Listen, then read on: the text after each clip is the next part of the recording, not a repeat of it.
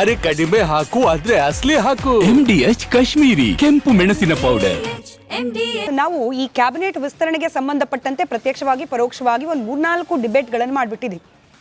ಬರ ನೆರೆ ಎರಡು ಒಟ್ಟೊಟ್ಟಿಗೆ ಬಂದಿರೋ ಪರಿಸ್ಥಿತಿಯಲ್ಲಿ ಯಾವ್ಯಾವ ಖಾತೆಯಲ್ಲಿ ಇರಬೇಕಾದ ಸಚಿವರು ಇಲ್ಲದೆ ಇರೋದು ಎಷ್ಟು ತೊಂದರೆ ಆಗ್ತಾ ಇದೆ. ಹಾಗೆ 20 ಖಾತೆಗಳನ್ನು ಮುಖ್ಯಮಂತ್ರಿಗಳ ಹೆಗಲಿಗೆ ಹೊರಿಸ್ಕೊಂಡು ಮಾಡಬೇಕಾದ ಡಿಸಿಷನ್ಗಳನ್ನು ಕ್ವಾಲಿಟೇಟಿವ್ ಆಗಿ ಮಾಡ್ಲಿಕ್ಕೆ ಸಾಧ್ಯವಾಗದೇ ಇರೋದು ಎಷ್ಟು ತೊಂದರೆ ಆಗ್ತಾ ಇದೆ. ಇದರಿಂದ ಜನಸಾಮಾನ್ಯರು ಅನುಭವಿಸ್ತಾ ಇರುವ ತೊಂದರೆಗಳು ಎಂಥದ್ದು, ಹಾಗೆ ಆಡಳಿತ ಯಂತ್ರ ಯಾವ ರೀತಿಯಾಗಿ ಸ್ಟಕ್ ಆಗಿದೆ ಅಥವಾ ಸ್ಲೋ ಡೌನ್ ಆಗಿದೆ ಅಂತ ಹೇಳಿ ಇವತ್ತು ಬಹುಶಃ ದೆಹಲಿಯಿಂದ ವಾಪಸ್ ಬರೋ ಸಂದರ್ಭದಲ್ಲಿ ರಾಜ್ಯದಿಂದ ಹೋಗಿದ್ದ 3 ಪ್ರಮುಖ ನಾಯಕರು, ಸಿಎಂ, ಮಾಜಿ ಸಿಎಂ, ಕೆಪಿಸಿಸಿ ಅಧ್ಯಕ್ಷರು ತಮ್ಮ ತಮ್ಮ ಪಟ್ಟಿಗಳ ಪೈಕಿ ಅಟ್ಲೀಸ್ಟ್ ಒಂದಷ್ಟು ಜನರ ಹೆಸರಿಗಂತೂ ಗ್ರೀನ್ ಸಿಗ್ನಲ್ ತೆಗೆದುಕೊಂಡು ಇವತ್ತೋ ನಾಳೆನೋ ಅಧಿಕೃತವಾಗಿ ಆ ಹೆಸರುಗಳನ್ನು ಪ್ರಕಟ ಮಾಡುವ ಹಂತಕ್ಕೆ ಓಕೆ ಅನ್ನಿಸ್ಕೊಂಡು ಬರ್ತಾರೆ ಅನ್ನೋ ನಿರೀಕ್ಷೆ ಮಧ್ಯಾಹ್ನದ ತನಕ ಇತ್ತು. ಆದರೆ BK ಹರಿಪ್ರಸಾದ್ ಅವರ ಒಂದು ಸ್ಟೇಟ್ಮೆಂಟ್ ಇಲ್ಲ, ಇವತ್ತಾಗಿಲ್ಲ, 2-3 ದಿನದಲ್ಲಿ ಆಗೋ ಸಾಧ್ಯತೆ ಇದೆ ಅನ್ನೋ ಸ್ಟೇಟ್ಮೆಂಟ್ ಏನಿದೆ, ಅವರ ಮಾಧ್ಯಮ ಪ್ರತಿಕ್ರಿಯೆ ಏನಿದೆ. ಹಾಗಾದ್ರೆ ಇವತ್ತಾಗಿದ್ದು ಏನು, ಯಾಕೆ ಪೋಸ್ಟ್ಪೋನ್ ಆಯಿತು, ಇನ್ನು ಯಾವಾಗ ಆಗುತ್ತೆ, ಇನ್ನು ಎಷ್ಟು ದಿನ ವಿಳಂಬ ಆಗುತ್ತೆ, ಎಷ್ಟು ದಿನ ಅಪೂರ್ಣ ಸಂಪುಟವೇ ರಾಜ್ಯದಲ್ಲಿ ಇರಬೇಕು ಅನ್ನೋ ಪ್ರಶ್ನೆಗಳಿಗೆ ಆಸ್ಪದ ಮಾಡಿಕೊಟ್ಟಿದೆ. ಎಲ್ಲ ಪ್ರಶ್ನೆಗಳಿಗೆ ಉತ್ತರ ಹುಡುಕೋ ಪ್ರಯತ್ನವನ್ನು ಇವತ್ತಿನ ಮಹಾಭಾರತ ಚರ್ಚಾ ಕಾರ್ಯಕ್ರಮದಲ್ಲಿ ಮಾಡ್ತಾ ಹೋಗೋಣ. ಚರ್ಚೆ ಪ್ರಾರಂಭಕ್ಕೆ ಮುಂಚೆ ಈ ಬಗ್ಗೆ ಒಂದು ವರದಿ ನಿಮ್ಮ ಮುಂದೆ.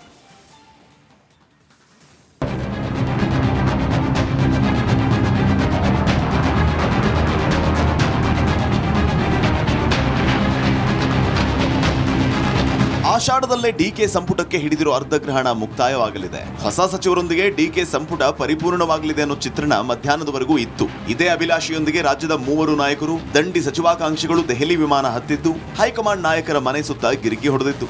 ಅವೆಲ್ಲ ಗುಟ್ಟಿನ ಕೆಲವೊಂದು ಸಂಗತಿಗಳು ಹೊರಗಡೆ ಹಾಕಿ ಹೇಳೋಕ್ಕಾಗಲ್ಲ. ನೋಡೋಣ. ನಿಮ್ಮ ಜಿಲ್ಲೆಯಲ್ಲೇ ಕಾಂಪಿಟೇಷನ್ ಜಾಸ್ತಿ ಇದೆ. ಸಹಜವಾಗಿ ನಮ್ಮ ಜಿಲ್ಲೆ ದೊಡ್ಡದಿರೋದ್ರಿಂದ 18 ಕ್ಷೇತ್ರ ಇರೋದ್ರಿಂದ ಒಂದೊಂದು ಕಾಲಕ್ಕೆ 4-5 ನಮ್ಮ ಜಿಲ್ಲೆಯಲ್ಲೇ ಮಂತ್ರಿಗಳಾಗಿರ್ತಕ್ಕಂಥದ್ದು ಇದೆ. ನಾವು ಕಸರತ್ತು ಮಾಡೋಕ್ಕೆ ಬಂದಿದ್ದೀವಿ, ಪ್ರಯತ್ನ ಮಾಡೋದಕ್ಕೆ ನಾವು ಇಲ್ಲಿ ಆಗಮಿಸಿದ್ದೀವಿ. ಈಗಾಗಲೇ ಮಾನ್ಯ ಮುಖ್ಯಮಂತ್ರಿಗಳಂತ DK ಶಿವಕುಮಾರ್ ಸಾಹೇಬರಿಗೆ ಮತ್ತು ಮಾಜಿ ಮುಖ್ಯಮಂತ್ರಿಗಳಂತ ಸನ್ಮಾನ್ಯ ಸಿದ್ದರಾಮಯ್ಯ ಸಾಹೇಬರಿಗೆ ಮತ್ತು ನಮ್ಮ ಕರ್ನಾಟಕ ಪ್ರದೇಶ ಕಾಂಗ್ರೆಸ್ ಸಮಿತಿಯ ನೂತನ ಅಧ್ಯಕ್ಷರಾದಂಥ BK ಹರಿಪ್ರಸಾದ್ ಸಾಹೇಬರಿಗೆ, KC ವೇಣುಗೋಪಾಲ್ ಅವರಿಗೆ, ರಣದೀಪ್ ಸಿಂಗ್ ಸುರ್ಜೇವಾಲಾ ಅವರಿಗೆ ಮನವಿ ಮಾಡಿಕೊಂಡಿದ್ದೀವಿ. ಹೌದು, ಕೊನೆ ಹಂತಕ್ಕೆ ಬಂದಿದೆ. ಬಹುಶಃ ಇವತ್ತು ಎಲ್ಲ ನಾಯಕರೆಲ್ಲರೂ ಕೂಡ ಇವತ್ತು ದೆಹಲಿನಲ್ಲಿ ಮೊಕ್ಕಾಂ ಮಾಡಿರೋದ್ರಿಂದ ಇವತ್ತು ಅಂತಿಮ ನಿರ್ಧಾರ ಆಗುತ್ತದೆ. ಸಿಎಂ ಒಂದು ಪಟ್ಟಿ, ಮಾಜಿ ಸಿಎಂ ಒಂದು ಪಟ್ಟಿ, ಕೆಪಿಸಿಸಿ ಅಧ್ಯಕ್ಷರು ಒಂದು ಪಟ್ಟಿ ಹಿಡ್ಕೊಂಡು ಹೈಕಮಾಂಡ್ ನಾಯಕರನ್ನ ಭೇಟಿಯಾದ್ರು. 1-to-1 ಸುರ್ಜೇವಾಲಾ, ವೇಣುಗೋಪಾಲ ಜೊತೆ ಮಾತುಕತೆ ನಡೆಸಿದ್ರು. ಆದ್ರೆ ಒಳಗೇನಾಯ್ತು, BK ಹರಿಪ್ರಸಾದ್ ಹೊರಬಂದು ಸಂಪುಟ ವಿಸ್ತರಣೆ 2-3 ದಿನ ಮುಂದೂಡಿಕೆಯಾಗಿದೆ, ಹೈಕಮಾಂಡ್ ಕರೆದಾಗ ಮತ್ತೆ ಬರ್ತೀವಿ, ರಾಹುಲ್ ಜೊತೆ ಚರ್ಚೆ ಮಾಡಿ ಎಲ್ಲವನ್ನು ವಿವರಿಸಿದ್ದೇವೆ ಅಂತ ಹೇಳಿದ್ರು. ತಾತ್ಕಾಲಿಕವಾಗಿ ಅದು ಮುಂದೂಡಲಾಗಿದೆ. ಮುಂದಿನ ದಿನಾಂಕವನ್ನು ಯಾವಾಗ ಸೂಚನೆ ಕೊಡ್ತಾರೋ ಅವಾಗ ಬರ್ತೀವಿ. ತಾತ್ಕಾಲಿಕ ಅಂದರೆ 1 ವಾರ 2 ವಾರ ಅಲ್ಲ, 2 ವರ್ಷಕ್ಕೆ ಹೋಗಬೇಡಿ. ತಾತ್ಕಾಲಿಕವಾಗಿ ಕಾಂಗ್ರೆಸ್ ಅಧ್ಯಕ್ಷರು ಊರಲ್ಲಿಲ್ಲ, ಈಗ ಅವ್ರು ಬಂದ ತಕ್ಷಣ ಚರ್ಚೆ ಮಾಡಿ ಅದನ್ನು ಪ್ರಕ್ರಿಯೆ ಸಂಪೂರ್ಣವಾಗುತ್ತೆ. ಆಕಾಂಕ್ಷಿಗಳು ಬೇಸರಿಸಿಕೊಂಡು ಬೆಂಗಳೂರಿನ ಕಡೆಗೆ ವಾಪಸ್ ಬರೋಕೆ ಶುರು ಮಾಡಿದ್ದಾರೆ. ಆಷಾಢ ಮುಗಿಯೋ ತನಕ ಮುಂದೆ ಹೋಗುತ್ತೋ, ಅಧಿವೇಶನದ ಒಳಗೆ ಆಗುತ್ತೋ, ಅಧಿವೇಶನ ಅಪೂರ್ಣ ಸಂಪುಟದೊಂದಿಗೆ ನಡೆಯುತ್ತೋ, ಪ್ರಶ್ನೆಗಳು ಅನೇಕ. ಇದೊಂದು ಕಡೆ ಆದ್ರೆ ಮತ್ತೊಂದು ಕಡೆ ಪ್ರಮುಖ ಖಾತೆಗಳು ಖಾಲಿ ಇದೆ. ಆಡಳಿತ ಯಂತ್ರ ಮತ್ತಷ್ಟು ಚುರುಕಾಗಬೇಕಾಗಿದೆ. ಸಿಎಂ ಹೆಗಲ ಮೇಲಿರೋ 20 ಖಾತೆಯ ಭಾರ ಹಿಡಿದು ಹಗುರಾಗಬೇಕಾಗಿದೆ. ಇದೆಲ್ಲ ಅರಿತು ಹೈಕಮಾಂಡ್ ಸಂಪುಟ ವಿಸ್ತರಣೆ ವಿಳಂಬ ಮಾಡ್ತಾ ಇರೋದು ಯಾಕೆ? ಬನ್ನಿ ಚರ್ಚೆ ಮಾಡೋಣ.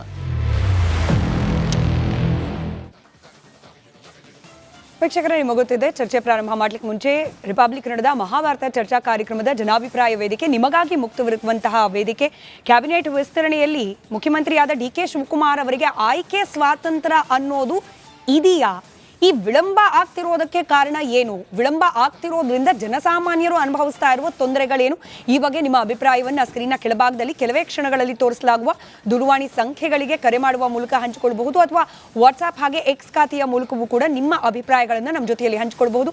ಚರ್ಚೆಯಲ್ಲಿ ನಿಮ್ಮ ಪಾಲ್ಗೊಳ್ಳುವಿಕೆಯ ನಿರೀಕ್ಷೆಯೊಂದಿಗೆ ಚರ್ಚೆಯನ್ನು ಪ್ರಾರಂಭ ಮಾಡ್ತಾ ಇದ್ದೀನಿ. ಚರ್ಚೆಯಲ್ಲಿ ಬಿಜೆಪಿ ವಕ್ತಾರರಾದ HN ಚಂದ್ರಶೇಖರ್ ಅವರಿದ್ದಾರೆ, JDS ವಕ್ತಾರರಾದ ಮಹೇಶ್ ಅವರಿದ್ದಾರೆ. ಕೆಲವೇ ಹೊತ್ತಿನಲ್ಲಿ ಕಾಂಗ್ರೆಸ್ ವಕ್ತಾರರಾದ ಸ್ವಾತಿ ಚಂದ್ರಶೇಖರ್ ಅವರು ಹೊರಗಿನಿಂದ ನಮ್ಮ ಜೊತೆಯಲ್ಲಿ ಕನೆಕ್ಟ್ ಆಗ್ತಾರೆ. ಹಿರಿಯ ಪತ್ರಕರ್ತರು, ರಾಜಕೀಯ ವಿಶ್ಲೇಷಕರಾದ ಸಮೀವುಲ್ಲಾ ಸರ್ ಇದ್ದಾರೆ, ಅಹಿಂದ ಮುಖಂಡರಾದ ಲೋಹಿತ್ ಅವರಿದ್ದಾರೆ. ನಮಸ್ಕಾರ, ಎಲ್ಲರಿಗೂ ಕಾರ್ಯಕ್ರಮಕ್ಕೆ ಸ್ವಾಗತ. ಈಗ ಕಡಲೆ ಇರಲಿ, ಹಲಸಂಡೆ ಬೀಜ, ಕಪ್ಪು ಕಡಲೆ ಅಥವಾ ಬಿಳಿ ಕಡಲೆ, ಎಲ್ಲವೂ ಸ್ವಾದಿಷ್ಟವಾಗುತ್ತೆ.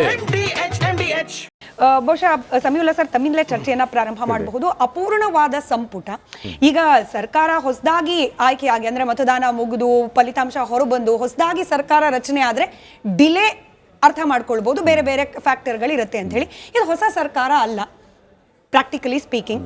ಇಂಥದ್ರಲ್ಲಿ 1 ತಿಂಗಳು 1.5 ತಿಂಗಳುಗಳ ಕಾಲ ಅಪೂರ್ಣವಾದ ಸಂಪುಟ ಇರೋದು ಅಪಾಯ ಹೌದಾ ಅಲ್ವಾ ಅಂತ ಇವತ್ತು ದೆಹಲಿಯಲ್ಲಿ ನಡೆದಂಥ ಸಭೆಯಲ್ಲಿ ಬಹುತೇಕ ಅಂತಿಮ ಆಗುತ್ತೆ ಅಂತ ನಾವು ನಿರೀಕ್ಷೆ ಮಾಡಿದ್ವಿ. ಖರ್ಗೆ ಅವರ ಕುಟುಂಬದ ವೈಯಕ್ತಿಕ ಕಾರಣಗಳಿಂದ ಅವರ ಮಗ ಈ ಥರ ತುಂಬ ಕ್ರಿಟಿಕಲ್ ಇದ್ದಾರೆ ಅನ್ನೋ ಮಾಹಿತಿಯಿಂದಾಗಿ ಅವರು ಸಭೆಯಲ್ಲಿ ಪಾಲ್ಗೊಳ್ಳದೇ ಇರುವ ಕಾರಣ ಸಭೆ ಅಪೂರ್ಣ ಆಗಿದೆ ಮತ್ತು ಇನ್ನು 1-2 ದಿನಗಳಲ್ಲಿ ಫೈನಲ್ ಮಾಡ್ತೀವಿ ಅಂತ ಹರಿಪ್ರಸಾದ್ ಹೇಳ್ತಾ ಇದ್ದಿದ್ದು ನಾವು ಕೇಳಿಸ್ಕೊಂಡ್ವಿ. ಅದು ಓಕೆ, ನಾವು ಆ ವಿಚಾರನ ನಾನು ಹೆಚ್ಚು ಮಾತಾಡೋಕ್ಕೆ ಹೋಗೋದಿಲ್ಲ. ಆದರೆ ಒಂದು ಪೂರ್ಣ ಪ್ರಮಾಣದ ಕ್ಯಾಬಿನೆಟ್ ಅಸ್ತಿತ್ವಕ್ಕೆ ಬರೋದಕ್ಕೆ 1 ತಿಂಗಳು 1.25 ತಿಂಗಳು ಸಫಿಷಿಯೆಂಟ್ ಟೈಮ್.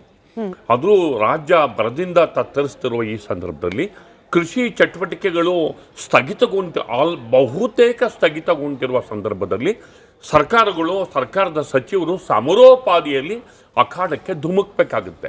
ಇಂಥ ಸಂದರ್ಭದಲ್ಲಿ ಜನರ ಕಷ್ಟಕ್ಕೆ ಸ್ಪಂದಿಸಬಲ್ಲ ಪೂರ್ಣ ಪ್ರಮಾಣದ ಸಚಿವ ಸಂಪುಟ ಒಂದು ರೀತಿಯಲ್ಲಿ ಸರ್ಕಾರದ ಅಸ್ತಿತ್ವ ಇದೆ, ನಾವು ನಿಮ್ಮ ನೆರವಿಗೆ ಇದ್ದೇವೆ ಎನ್ನುವಂತಹ ಒಂದು ಭರವಸೆಯನ್ನು ಕೊಡುವಂತಹ ರೀತಿಯಲ್ಲಿ ರಾಜಕೀಯ ವ್ಯವಸ್ಥೆ ಇರಬೇಕಾಗುತ್ತೆ. ಮತ್ತು ಈಗ ನಮ್ಮ ಪೊಲಿಟಿಕಲ್ ಸಿಸ್ಟಮ್ಮು BJP ಕಾಂಗ್ರೆಸ್ಸು ಇವೆರಡೂ ಇರೋದೇ ದೆಹಲಿ ರಾಜಕಾರಣದ ಮೇಲೆ, ದೆಹಲಿ ಹೈಕಮಾಂಡ್ ಕಲ್ಚರು ಇವೆರಡೂ ಪಕ್ಷದಲ್ಲಿ ಇರೋದ್ರಿಂದ ಹೆಚ್ಚು ಅವರ ಜುಟ್ಟುಗಳು ಕೇಂದ್ರದಲ್ಲಿ ಇರೋದ್ರಿಂದ ಎಲ್ಲದಕ್ಕೂ ಕೂಡ ಕೇಂದ್ರದ ಕಡೆ ಹೋಗುವಂತಹ ವ್ಯವಸ್ಥೆ ಪೊಲಿಟಿಕಲ್ ಸಿಸ್ಟಮ್ ನಮ್ಮಲ್ಲಿ ಇರೋದು ಕೂಡ ಇಲ್ಲಿ ಸರಾಗವಾದ ಆಡಳಿತಕ್ಕೆ ಅಡ್ಡಿಯಾಗಿದೆ. ಅದಕ್ಕೆ ನಮ್ಮ ಲೋಕಲ್ ಲೀಡರ್ಶಿಪ್ಗಳು ಅದನ್ನು ಅರ್ಗಿಸ್ಕೊಳ್ಳೋಷ್ಟು ಕೆಪಾಸಿಟಿಯಿಂದ ಅವರು ತಮ್ಮ ವರ್ಚಸ್ಸನ್ನು ತಮ್ಮ ಶಕ್ತಿಯನ್ನು ಹೊಂದಿದ್ರೆ ಬಹುಶಃ ಆ ಒತ್ತಡದಿಂದ ಅವರು ಪಾರಾಗ್ತಾರೇನೋ ಅಥವಾ ಕಡಿಮೆ ಆಗುತ್ತೇನೋ ಒತ್ತಡ ಅಂತ ನಾವು ಹೇಳ್ಬೋದು. ಒಟ್ಟಾರೆ ಸಂಪುಟ ವಿಸ್ತರಣೆ ವಿಳಂಬ ಆಗಿರೋದು ರಾಜ್ಯದ ಈ ಬರ ಕೃಷಿ ಚಟುವಟಿಕೆ ವಿಶೇಷವಾಗಿ ಈ ಸಂದರ್ಭದಲ್ಲಿ ಇದನ್ನು ನಾನು ಸ್ಪೆಸಿಫಿಕ್ ಆಗಿ ಹೇಳೋದಕ್ಕೆ ಬಯಸ್ತೇನೆ. ಯಾಕೆಂದರೆ ಇದಕ್ಕೆ ಕಾರಣನೂ ನಾನು ರೆಡಿ ಮಾಡ್ಕೊಂಡಿದ್ದೇನೆ. ಯಾಕೆ ಎಲ್ಲಿ ಫೇಲ್ಯೂರ್ ಆಗಿದೆ ಈ ಬರನ ಹ್ಯಾಂಡ್ಲ್ ಮಾಡೋದಕ್ಕೆ, ಎಲ್ಲಿ ವ್ಯತ್ಯಾಸ ಆಗ್ತದೆ, ಫೇಲ್ಯೂರ್ ಅಂತ ಈಗಲೇ ಹೇಳಕ್ ಹೋಗಲ್ಲ, ಎಲ್ಲಿ ವ್ಯತ್ಯಾಸ ಆಗ್ತಿದೆ ಅನ್ನೋದನ್ನ ನಾನು ಪಟ್ಟಿ ಮಾಡ್ಕೊಂಡಿದ್ದೀನಿ. ಹೀಗಾಗಿ ಪೂರ್ಣ ಪ್ರಮಾಣದ ಸಚಿವ ಸಂಪುಟ ಬೇಗ ಅಸ್ತಿತ್ವಕ್ಕೆ ಬರಲಿ, ಫುಲ್ ಫ್ಲೆಡ್ಜ್ಡ್ ಸರ್ಕಾರ, ಫುಲ್ ಫ್ಲೆಡ್ಜ್ಡ್ ಸಚಿವ ಸಂಪುಟ ಕಾರ್ಯನಿರ್ವಹಣೆ ಆರಂಭ ಆಗಿ ಜನರಿಗೆ ಇದರಿಂದ ಅನುಕೂಲ ಆಗಲಿ ಅಂತ ನಾನು ಆಶಿಸ್ತೇನೆ. ಕರೆಕ್ಟ್ ಚಂದ್ರಶೇಖರ್ ಅವರೇ, ಒಂದಷ್ಟು ಸಮಯ ಹಿಡಿಯುತ್ತೆ. ಯಾಕಂದ್ರೆ ಬೇರೆ ಬೇರೆ ಆಯ್ಕೆಗಳಿರುವಾಗ, ಆಕಾಂಕ್ಷಿಗಳ ಸಂಖ್ಯೆ ಕೂಡ ಹೆಚ್ಚಿರುವಾಗ ಅಳದು ತೂಗಿ ನಿರ್ಧಾರ ಕೈಗೊಳ್ಳಬೇಕಾಗತ್ತೆ. ಯಾಕಂತಂದ್ರೆ ಚಿಕ್ಕ ಮಿಸ್ಟೇಕ್ ಆದ್ರೂ ಕೂಡ ಚುನಾವಣೆ ಹೊತ್ತಿಗೆ ಅದು ಬೇರೆ ರೀತಿಯ ಪರಿಣಾಮ ಬೀರೋ ಸಾಧ್ಯತೆ ಇದೆ. ಆಸ್ ಅ ಪಾರ್ಟಿ ಕಾಂಗ್ರೆಸ್ಗೂ ಕೂಡ ಅಧಿಕಾರ ಇದೆ, ಸ್ವಾತಂತ್ರ್ಯ ಇದೆ. ಇದನ್ನೆಲ್ಲವನ್ನ ಅಳದು ತೂಗಿ ನಿರ್ಧಾರವನ್ನ ತೆಗೆದುಕೊಳ್ಳಿಕ್ಕೆ ಡಿಲೇ ಆಗ್ತಿದೆ. ಹಂಗಂತ ಹೇಳಿ ಇಡೀ ಸಚಿವ ಸಂಪುಟ ಖಾಲಿ ಇಲ್ಲ, ಇರೋ 13 ಜನ ಕೆಲಸ ಮಾಡ್ತಿದ್ದಾರೆ, ಮುಖ್ಯಮಂತ್ರಿಗಳು 24/7 ಅವೈಲಬಲ್ ಇದ್ದಾರೆ ಅಂತ ಹೇಳಿ ಅವ್ರದೇ ಪಕ್ಷದ ನಾಯಕರು ಹೇಳ್ಕೊಳ್ತಿದ್ದಾರೆ. ವಿರೋಧ ಪಕ್ಷಕ್ಕೆ ಆಕ್ಷೇಪ ಯಾಕೆ ಅಂತ ಒಂದು ನರೇಂದ್ರ ಮೋದಿ ಅವ್ರದ್ದು ಒಂದು ಮಂತ್ರ ಇದೆ, ನಾ ಖಾವುಂಗ ನಾ ಖಾನೆ ದುಂಗ, ನಾನು ತಿನ್ನಲ್ಲ ಇನ್ನೊಬ್ರಿಗೆ ತಿನ್ನಕ್ಕೆ ಬಿಡಲ್ಲ ಅಂತೇಳಿ. ಇನ್ನೊಬ್ಬರು ರಿಯಲ್ ಎಸ್ಟೇಟ್ ಚೀಫ್ ಮಿನಿಸ್ಟರ್ ಇದ್ದಾರೆ, ಅವ್ರದ್ದೊಂದು ಮಂತ್ರ ಇದೆ, ಮೈ ಬಿ ಖಾವುಂಗ ಆಪ್ಕೋ ಬಿ ಭರ್ಪೂರ್ ಖಿಲಾವುಂಗ ಅಂತೇಳಿ. ನಾನು ತಿಂತೀನಿ, ನಮಗೂ ಚೆನ್ನಾಗಿ ತಿನ್ನಿಸ್ತೀನಿ ಅಂತೇಳಿ. ಇನ್ನು ಕರ್ನಾಟಕ ವಿಷಯಕ್ಕೆ ಬಂದರೆ, ಯಾವ ಸಿದ್ದರಾಮಯ್ಯವ್ರು ಒಳ್ಳೆ ಆಡಳಿತ ಕೊಡ್ತಾ ಇದ್ರು ಅವ್ರನ್ನ ತೆಗೆದುಬಿಟ್ಟು ಒಬ್ಬ ಪೇಮೆಂಟ್ ಸೀಟಲ್ಲಿ ನೀವು ಒಪ್ಕೊಂಡ್ರ ಪೇಮೆಂಟ್ ಸೀಟಲ್ಲಿ, ನಾನು ಕಾಂಗ್ರೆಸ್ ಅವ್ರು ಮಾತಾಡ್ತಿರೋದು, ಕಾಂಗ್ರೆಸ್ ಸೀಟ್ ಒಳಗಡೆ ಪೇಮೆಂಟ್ ಸೀಟಲ್ಲಿ DK ಶಿವಕುಮಾರ್ ಮಾಡಿದಾಗ ಅವ್ರಿಗೆ ಒಂದು ಟಾಸ್ಕನ್ನು ಕೊಡಲಾಗಿತ್ತು, ಏನು ನೀವು ಚೆನ್ನಾಗಿರ್ಬೇಕು, ಹೈಕಮಾಂಡ್ ಚೆನ್ನಾಗಿರ್ಬೇಕು ಅಂತೇಳಿ. ಅದೇ ಕಾರಣಕ್ಕೋಸ್ಕರ ನೋಡಿ ಇವತ್ತಿಗೆ 40 ದಿವಸ 40th ಡೇ ಅವರು CM ಆಗಿ ಇಲ್ಲಿವರೆಗೂ ಸಂಪುಟದ ವಿಸ್ತರಣೆ ಸುದ್ದಿಗೆ ಹೋಗೇ ಇಲ್ಲ. 20 ಖಾತೆಗಳನ್ನ ಜೊತೆ ಇಟ್ಕೊಂಡು ಕೂತ್ಕೊಂಡವ್ರೆ. 20 ಖಾತೆ ಪ್ಲಸ್ ಪಾಪ ಕೃಷ್ಣ ಬೈರೇಗೌಡರ ಜೊತೆ ಇದ್ದಂತಹ ಏನು BDA ಮತ್ತು BMRDಗೂ ಅವರೇ ಇಟ್ಕೊಂಡಿದ್ದಾರೆ. ಹಾಗಾಗಿ ಅವ್ರು ಇನ್ನೂ ಪಾಪ ಹಸುವು ಹಿಂಗಿಲ್ಲ ಅನ್ಸುತ್ತೆ. ನೋಡಿ, ಪ್ರಾಬ್ಲಮ್ ಇರ್ತಕ್ಕಂಥದ್ದು ಸಾಮಾನ್ಯ ಸಮಯ ಅಲ್ಲ ಸ್ಮಿತಾ. ಇದು ಒಂದ್ ಕಡೆಗೆ ವಿಪರೀತ ಬರ, ಸರ್ಕಾರವೇ ಘೋಷಣೆ ಮಾಡಬೇಕು ಅಂತೇಳಿ ಅವರೇ ಹೇಳ್ತಾ ಇದ್ದಾರೆ. 84ಕ್ಕಿಂತ ಹೆಚ್ಚು ಏನು ತಾಲ್ಲೂಕುಗಳು ಆಗಲೇ ಭರಪೂರವಾಗಿ ಬರ ಪೀಡಿತ ಆಗಿದ್ದಾವೆ. ಇನ್ನು ಮಿಕ್ಕಿದ ಕಡೆಗೆ ವಿಪರೀತವಾದಂತಹ ಪ್ರವಾಹ ಬರ್ತಾ ಇದೆ. ಜಿಲ್ಲಾ ಉಸ್ತುವಾರಿ ಸಚಿವರಿಲ್ಲ. ಖಾತೆ ಬಿಡಿ ಹೇಗೋ ಮೇಂಟೈನ್ ಆಗುತ್ತೆ ಅಂತ ಹೇಳಿದ್ರೆ, ಇವತ್ತು DC ಕೈಲಿ ದುಡ್ಡು ಹೋಗುತ್ತೆ, ಅದು ಎಲ್ಲಿಂದ ಡಿಸ್ಟ್ರಿಬ್ಯೂಟ್ ಆಗುತ್ತೆ, ಬರುತ್ತೆ, SDRF ಹೋಗಬೇಕು, ಎಲ್ಲವನ್ನು ಯಾರು ನೋಡ್ಕೋಬೇಕು? ಗೌರ್ಮೆಂಟ್ ಆಫೀಸರ್ಸ್ಗಳು ಕೈಲೇ ಬಿಟ್ಟರೆ ಯಾವ ಥರ ಆಗುತ್ತೆ ಅಂತ ನೋಡ್ತಿರ್ತಕ್ಕಂಥದ್ದು. ಜಿಲ್ಲಾ ಉಸ್ತುವಾರಿ ಸಚಿವರು ಇಲ್ಲಿವರೆಗೂ ಯಾವ ಜಿಲ್ಲೆಗಿದ್ದಾರೆ, ಯಾವುದಕ್ಕೆ ನೋಡಕ್ಕೆ ಹೋಗಿದ್ದಾರೆ? ಇದಾದ ಮೇಲೆ ಯಾವ ಏನು ಏನು ಮಂತ್ರಿಗಳಿದ್ದಾರೆ ಆ ಮಂತ್ರಿಗಳಾದ್ರೂ ಕೆಲಸ ಮಾಡ್ತಿದ್ದಾರಾ? ರಾಮಲಿಂಗಾರೆಡ್ಡಿ ಅವ್ರು ಯಾಕೆ ಮಾಡ್ತಿದ್ರು ಅಂತ ನಮಗೆ ಚೆನ್ನಾಗಿ ಗೊತ್ತು. 3 ಜನ ಮುಖ್ಯಮಂತ್ರಿಗಳು ಬಂದು ಗೇಟ್ ಓಪನಿಂಗ್ ಕಾರ್ಯಕ್ರಮಕ್ಕೆ ಜಲಸಂಪನ್ಮೂಲ ಸಚಿವರು ಹೋಗಲ್ಲ, ಮುನ್ಸ್ಕೊಂಡು ಅವ್ರು ಒಂದ್ ಕಡೆ ಕೂತವ್ರೆ. ಈ ಕಡೆಗೆ ಏನು ಬೆಂಗಳೂರು ಡೆವಲಪ್ಮೆಂಟ್ ಅಂತ ಇದ್ರದ್ದು ಮಿನಿಸ್ಟ್ರಿ ಕೊಟ್ಟಿದ್ದಾರೆ ಕೃಷ್ಣ ಬೈರೇಗೌಡರಿಗೆ, ಅವ್ರಿಗೆ BDA ಕೊಟ್ಟಿಲ್ಲ, BMRDA ಕೊಟ್ಟಿಲ್ಲ. ಅವರು ಮುಕ್ಕೊಂಡು ಅದೆಲ್ಲ ಪದಾಚಾರ ಫುಟ್ಬಾಲ್ ಅಕ್ಕಪಕ್ಕ ಓಡ್ಕೊಂಡಿದ್ದಾರೆ. ಇನ್ನು ಮುನಿಯಪ್ಪನವರು ಆಹಾರ ಖಾತೆಗೆ ಅವತ್ತಿಂದಲೇ ಸ್ಟ್ರೈಕ್ ಮಾಡ್ಕೊಂಡು ಕೂತ್ಕೊಂಡವರು ಇವತ್ತು ಪಬ್ಲಿಕ್ ಆಗಿ ಬಂದು ಕೆಲಸ ಮಾಡ್ತಿದ್ದಾರೆ ಅಂತ ಗೊತ್ತೇ ಇಲ್ಲ. ಅಂದ್ರೆ 35 ಸಚಿವರು ಇರಬೇಕಾಗಿದ್ದ ಜಾಗದಲ್ಲಿ ಸುಮಾರು DK ಶಿವಕುಮಾರ್ ಒಬ್ಬರು ಬಿಟ್ರೆ ಇನ್ಯಾರು ಕಾಣಿಸ್ತಾ ಇದ್ದಾರಾ? ಒಬ್ರು ಮುನ್ಸ್ಕೊಂಡು ಒಂದ್ ಕಡೆ ಕೂತ್ಕೊಂತಾರೆ, ಇನ್ನೊಬ್ರು ರೆಬಲ್ ಆಗಿ ಇನ್ನೊಂದ್ ಕಡೆಗೆ ಹೋಗ್ತಾ ಇದ್ರೆ. ಒಟ್ಟಿನಲ್ಲಿ ನೋಡಿ, ಹೊಸದಾಗಿ ಸರ್ಕಾರ ಆದಾಗ ಮಂತ್ರಿಮಂಡಲ ಆಗೋದಕ್ಕೂ ಸ್ಮಿತಾ ಈ ಮಧ್ಯದಲ್ಲಿ ಆಗ್ತಕ್ಕಂಥ ಸ್ಟಾಪ್ ಗ್ಯಾಪ್ ಅರೇಂಜ್ಮೆಂಟ್ ಅಲ್ಲಿ ಹೊಸದಾಗಾದಾಗ ಮಂತ್ರಿಮಂಡಲಕ್ಕೆ ಯಾರಿಗೆ ಕೊಡಬೇಕು ಬಿಡಬೇಕು ಅಂದ್ರೆ ಸ್ವಲ್ಪ ಟೈಮ್ ತಗೊಳುತ್ತೆ. ಇದು ಇವರ ಇಂಟರ್ನಲ್ ಅಡ್ಜಸ್ಟ್ಮೆಂಟ್, ಪೇಮೆಂಟ್ ಅಡ್ಜಸ್ಟ್ಮೆಂಟ್ಗೋಸ್ಕರ ಇವರು ಚೇಂಜ್ ಮಾಡಿದ್ದು. ಹಾಗಾಗಿ ಈ ಟೈಮಲ್ಲಿ ನಿಮ್ಮ ಒಳಗಾಟಕ್ಕೆ ನಿಮ್ಮ ಪೇಮೆಂಟ್ ಆಟಕ್ಕೆ ಜನಗಳಿಗೆ ತೊಂದರೆ ಕೊಡ್ತಾರೆ, ಅಕ್ಷಮ್ಯ ಅದು. DK ಶಿವಕುಮಾರ್ ಅವರು ಹೋಗಿದ್ದಾರೆ, ಪ್ರತ್ಯೇಕವಾದ ಪಟ್ಟಿ ಕೂಡ ಇತ್ತಂತೆ ಅವ್ರ ಹತ್ರ, ಇಂಥವರನ್ನೇ ಸಚಿವ ಸಂಪುಟಕ್ಕೆ ಕರ್ಕೊಳ್ಬೇಕು ಅಂತ ಹೇಳಿ. ನೀವ್ ಹೇಳೋ ಲಾಜಿಕ್ ಪ್ರಕಾರ ಯೋಚನೆ ಮಾಡೋಂಗಿದ್ರೆ ಅವರಿಗೆ ಸಚಿವ ಸಂಪುಟ ವಿಸ್ತರಣೆ ಆಗೋದೇ ಬೇಡ ಅಂತಿದ್ರೆ ಯಾಕೆ ಹೋಗ್ತಿದ್ರು ದೆಹಲಿಗೆ? ಪಟ್ಟಿ ಇಟ್ಕೊಂಡು ಯಾಕೆ ಹೋಗ್ತಾ ಇದ್ರು? ಬರದ ತಾಲೂಕಿನ ಒಬ್ಬ ಬಡ ರೈತನ ಚಿಂತೆ ಒಳಗಡೆ ಯೋಚನೆ ಮಾಡಿ. ಅವನಿಗೆ DK ಶಿವಕುಮಾರ್ ಹೋಗ್ತಾರೋ, ಸಿದ್ದರಾಮಯ್ಯ ಹೋಗ್ತಾರೋ, ಇನ್ಯಾರು ಹೋಗ್ತಾರೋ, ಯಾರು ಹೋಗ್ತಾರೋ ಅದು ಪ್ರಶ್ನೆ ಬರೋದಿಲ್ಲ. ನನ್ನ ತಾಲೂಕಿಗೆ ಬರ ಬಂದಿದೆ, ನನ್ನ ಜೀವನವನ್ನ ಕಾಪಾಡೋರು ಯಾರು? ಜಿಲ್ಲಾ ಉಸ್ತುವಾರಿ ಸಚಿವರಿಲ್ಲ. ಇವ್ರು ದಿನ ಹೋಗಿ ಬಂದು ದೊಂಬರಾಟ ಆಡ್ಕೊಂಡು ದಿನಕ್ಕೊಂದು ನಾಟಕ ಆಡ್ಕೊಂಡು ಇವರು ಬಳಕೆ ಮಾಡುವಾಗ ಜಾಗ್ರತೆ ಇಲ್ಲ, ಅದನ್ನ ವಾಪಸ್ ತಗೊಂತಾ ಇದ್ರಿ. ಈ ರೀತಿಯಾಗಿ ಇವರು ನಾಟಕ ಆಡ್ಕೊಂಡು ಈ ರೀತಿಯಾಗಿ ಗೊಂದಲ ಮಾಡ್ಕೊಂಡು ಹೋಗ್ತಾ ಬರ್ತಾ ಇಟ್ಕೊಂಡು ಇವ್ರ ತಲೆ ಮೇಲೆ ಅವ್ರು ಹಾಕೊಂಡು, ಅವ್ರ ತಲೆ ಮೇಲೆ ಇವ್ರು ಹಾಕೊಂಡು, ಕಾರಣಗಳೇನು? 40 ದಿವಸ ಇದು ಹೊಸದಾಗಿ ಸರ್ಕಾರ ಆಗಿದ್ದಲ್ಲ.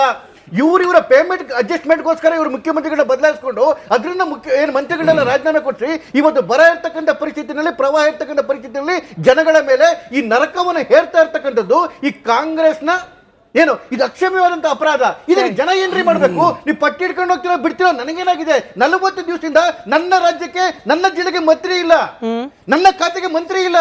ಏನ್ ಮಾಡ್ಬೇಕು ಜನ ಇದಕ್ಕೆ?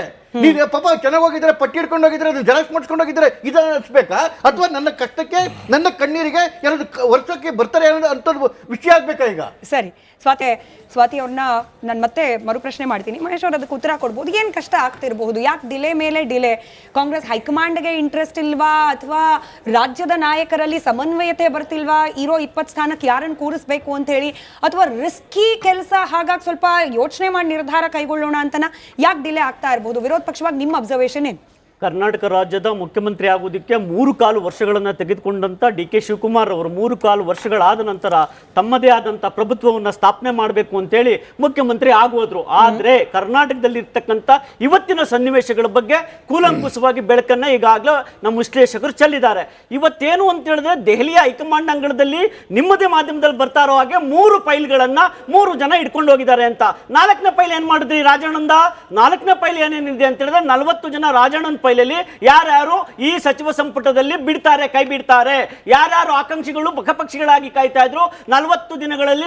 ಅವ್ರದ್ದು ಅಲ್ಲಿ ಒಟ್ಟೋಗಿದೆ 40 ದಿನ. ಈಗ 13 ಜನ ಹ್ಯಾಪಿಯಾಗಿ ಸಂತೋಷದಲ್ಲಿ ಕೂತಿದ್ದಾರೆ. ನಾವು ಸಂತೋಷ ಪಡ್ಲಿಲ್ವಲ್ಲ ಅಂತೇಳಿ ಇನ್ನ 40 ದಿನಗಳ ಹೊಂಟೋಗಿದೆ. ಇನ್ ಸಿಕ್ಕೋ ನಮ್ಗೆ 1.5 ವರ್ಷಗಳ ಕಾಲ ನಾವು ಏನ್ ಮಾಡೋಣ ಅಂತೇಳಿ ಪಕ್ಷಗಳಾಗಿ ಕೂತಿದಾರಲ್ಲ, ಅವರಲ್ಲಿ ಇರ್ತಕ್ಕಂತಹ 40 ಜನರ ಪಟ್ಟಿ ರಾಜಣ್ಣನ ಕೈ ಸೇರಿದೆ. ಈ ರಾಜಣ್ಣನ ಕೈಯಲ್ಲಿ ಇರ್ತಕ್ಕಂಥ ಅನುಮಾನಗಳಿಂದ ಇವತ್ತು ಸನ್ಮಾನ್ಯ ರಾಹುಲ್ ಗಾಂಧಿ ಅವರಿಗೆ ಇರ್ತಕ್ಕಂತ ಆ ಒಂದು ಸಂದೇಶದಿಂದ ಇವತ್ತು ಮುಂದೂಡಿರೋದು ಕಟು ಸತ್ಯ. ಒಂದ್ ಚಿಕ್ಕ ಕನ್ಫ್ಯೂಷನ್ ಅಂದ್ರೆ, ಸಚಿವಾಕಾಂಕ್ಷಿಗಳ ಪಟ್ಟಿ ರಾಜಣ್ಣ ಅವ್ರ ಕೈಲಿದ್ರೆ ಸಂಪುಟ ವಿಸ್ತರಣೆಗೆ ಪ್ರಾಬ್ಲಮ್ ಯಾಕೆ ಆಗಬೇಕು ಅಂತ ಹೇಳಿ, ರಾಜಣ್ಣ ಅವರನ್ನ ಪಕ್ಷ ಯಾವ ಸ್ಥಾನದಲ್ಲಿ ಇಟ್ಟಿದೆ, ಅವ್ರಿಗೆ ಯಾವ ಶಿಕ್ಷೆಯನ್ನ ನೀಡಿದೆ, ಅದು ನಮಗೆ ಗೊತ್ತಿರೋ ವಿಚಾರನೇನೆ. ರಾಜಣ್ಣನ ಹತ್ರ ಇರೋದು ಸಚಿವ ಸಂಪುಟದಲ್ಲಿ ಇರ್ತಕ್ಕ ಹೊಸಬ್ರು ಸೇರ್ಸ್ಕೊಳ್ಳಿ ಸಚಿವ ಸಂಪುಟಕ್ಕೆ ಅಂತಲ್ಲ. ಯಾರ್ಯಾರು ಸಚಿವ ಸಂಪುಟದಲ್ಲಿ ಈಗಾಗಲೇ 40 ದಿನಗಳಿಂದ ಪಕ್ಷ ಕಾಯ್ಕೊಂಡು ಇವತ್ತು ನಮ್ಮನ್ನ ಸೇರ್ಸ್ಕೊಳ್ತಾರೆ? ಖಂಡಿತ ಇಲ್ಲ. DK ಶಿವಕುಮಾರ್ ಹತ್ರ ಇರೋದು ಗೊತ್ತಿದೆ, ಸಿದ್ದರಾಮಯ್ಯ ಹತ್ರ ಇರೋದು ಗೊತ್ತಿದೆ. ಆ ಗ್ಯಾಂಗ್ ಎಕ್ಸಿಟ್ ಆಗಿರೋರು. ಈ ಉದಾಹರಣೆಗೆ ತೆಗೆದುಕೊಳ್ಳಿ, ಬರಗಾಲಕ್ಕೆ ಇವತ್ತು ಆಲ್ರೆಡಿ ಕೇಂದ್ರ ಸರ್ಕಾರಕ್ಕೆ ಮಾನ್ಯ ಮುಖ್ಯಮಂತ್ರಿಗಳು ಲೆಟರ್ನ ಬರೆದಿದ್ದಾರೆ. ಏನಂತ ಲೆಟರ್ನ ಬರೆದಿದ್ದಾರೆ ಅಂತ ಹೇಳಿದ್ರೆ, ಬರಗಾಲಕ್ಕೆ ನೀವು ವೀಕ್ಷಕರಾಗಿ ಬನ್ನಿ ಅಂತ. This is the first time in Karnataka history. ಬರಗಾಲಕ್ಕೆ ವೀಕ್ಷಕರಾಗಿ ಏನಾದ್ರೂ ಕೇಂದ್ರದಿಂದ ಬಂದದ್ದೇ ಆದ್ರೆ ಅವ್ರ ಜೊತೆ ನಿಲ್ಲುವಂತವ್ರು ಯಾರು ಇದ್ರೆ BJP JDS ನ MLA ಗಳು ಮತ್ತು ಕಾರ್ಯಕರ್ತರು ಹೋಗ್ಬೇಕು ನಾವೀಗ. ಯಾಕೆ ಅಂತ ಹೇಳಿದ್ರೆ ಇರೋದು 13 ಜನ. 13 ಜನದಲ್ಲಿ 4-5 ಜನ ಬೆಂಗಳೂರು ಅವರೇ. ಎಲ್ಲೋಗಿ ಇರಕ್ಕಾಗುತ್ತೆ ಬೇರೆ ಬೇರೆ ಜಿಲ್ಲೆಗಳಿಗೆ? ಇವತ್ತು ಬೆಂಗಳೂರು ಮಂಡ್ಯ ಜಿಲ್ಲೆ ತಗೊಳ್ಳಿ, ಒಣಗೋಗ್ತಾ ಇರುವಂತ ಕಬ್ಬು ಭತ್ತಕ್ಕೆ ಕೇಳೋರಿಲ್ಲ, ಹೇಳೋರಿಲ್ಲ, ನೀರ್ ಬಿಡೋರಿಲ್ಲ. ಮುಖ್ಯಮಂತ್ರಿಗಳು ತಮ್ಮನನ್ನ ಇಟ್ಕೊಂಡು ಇವತ್ತು ಸಚಿವ ಸಂಪುಟದ ಬಗ್ಗೆ ಹೋಗಿದ್ರು.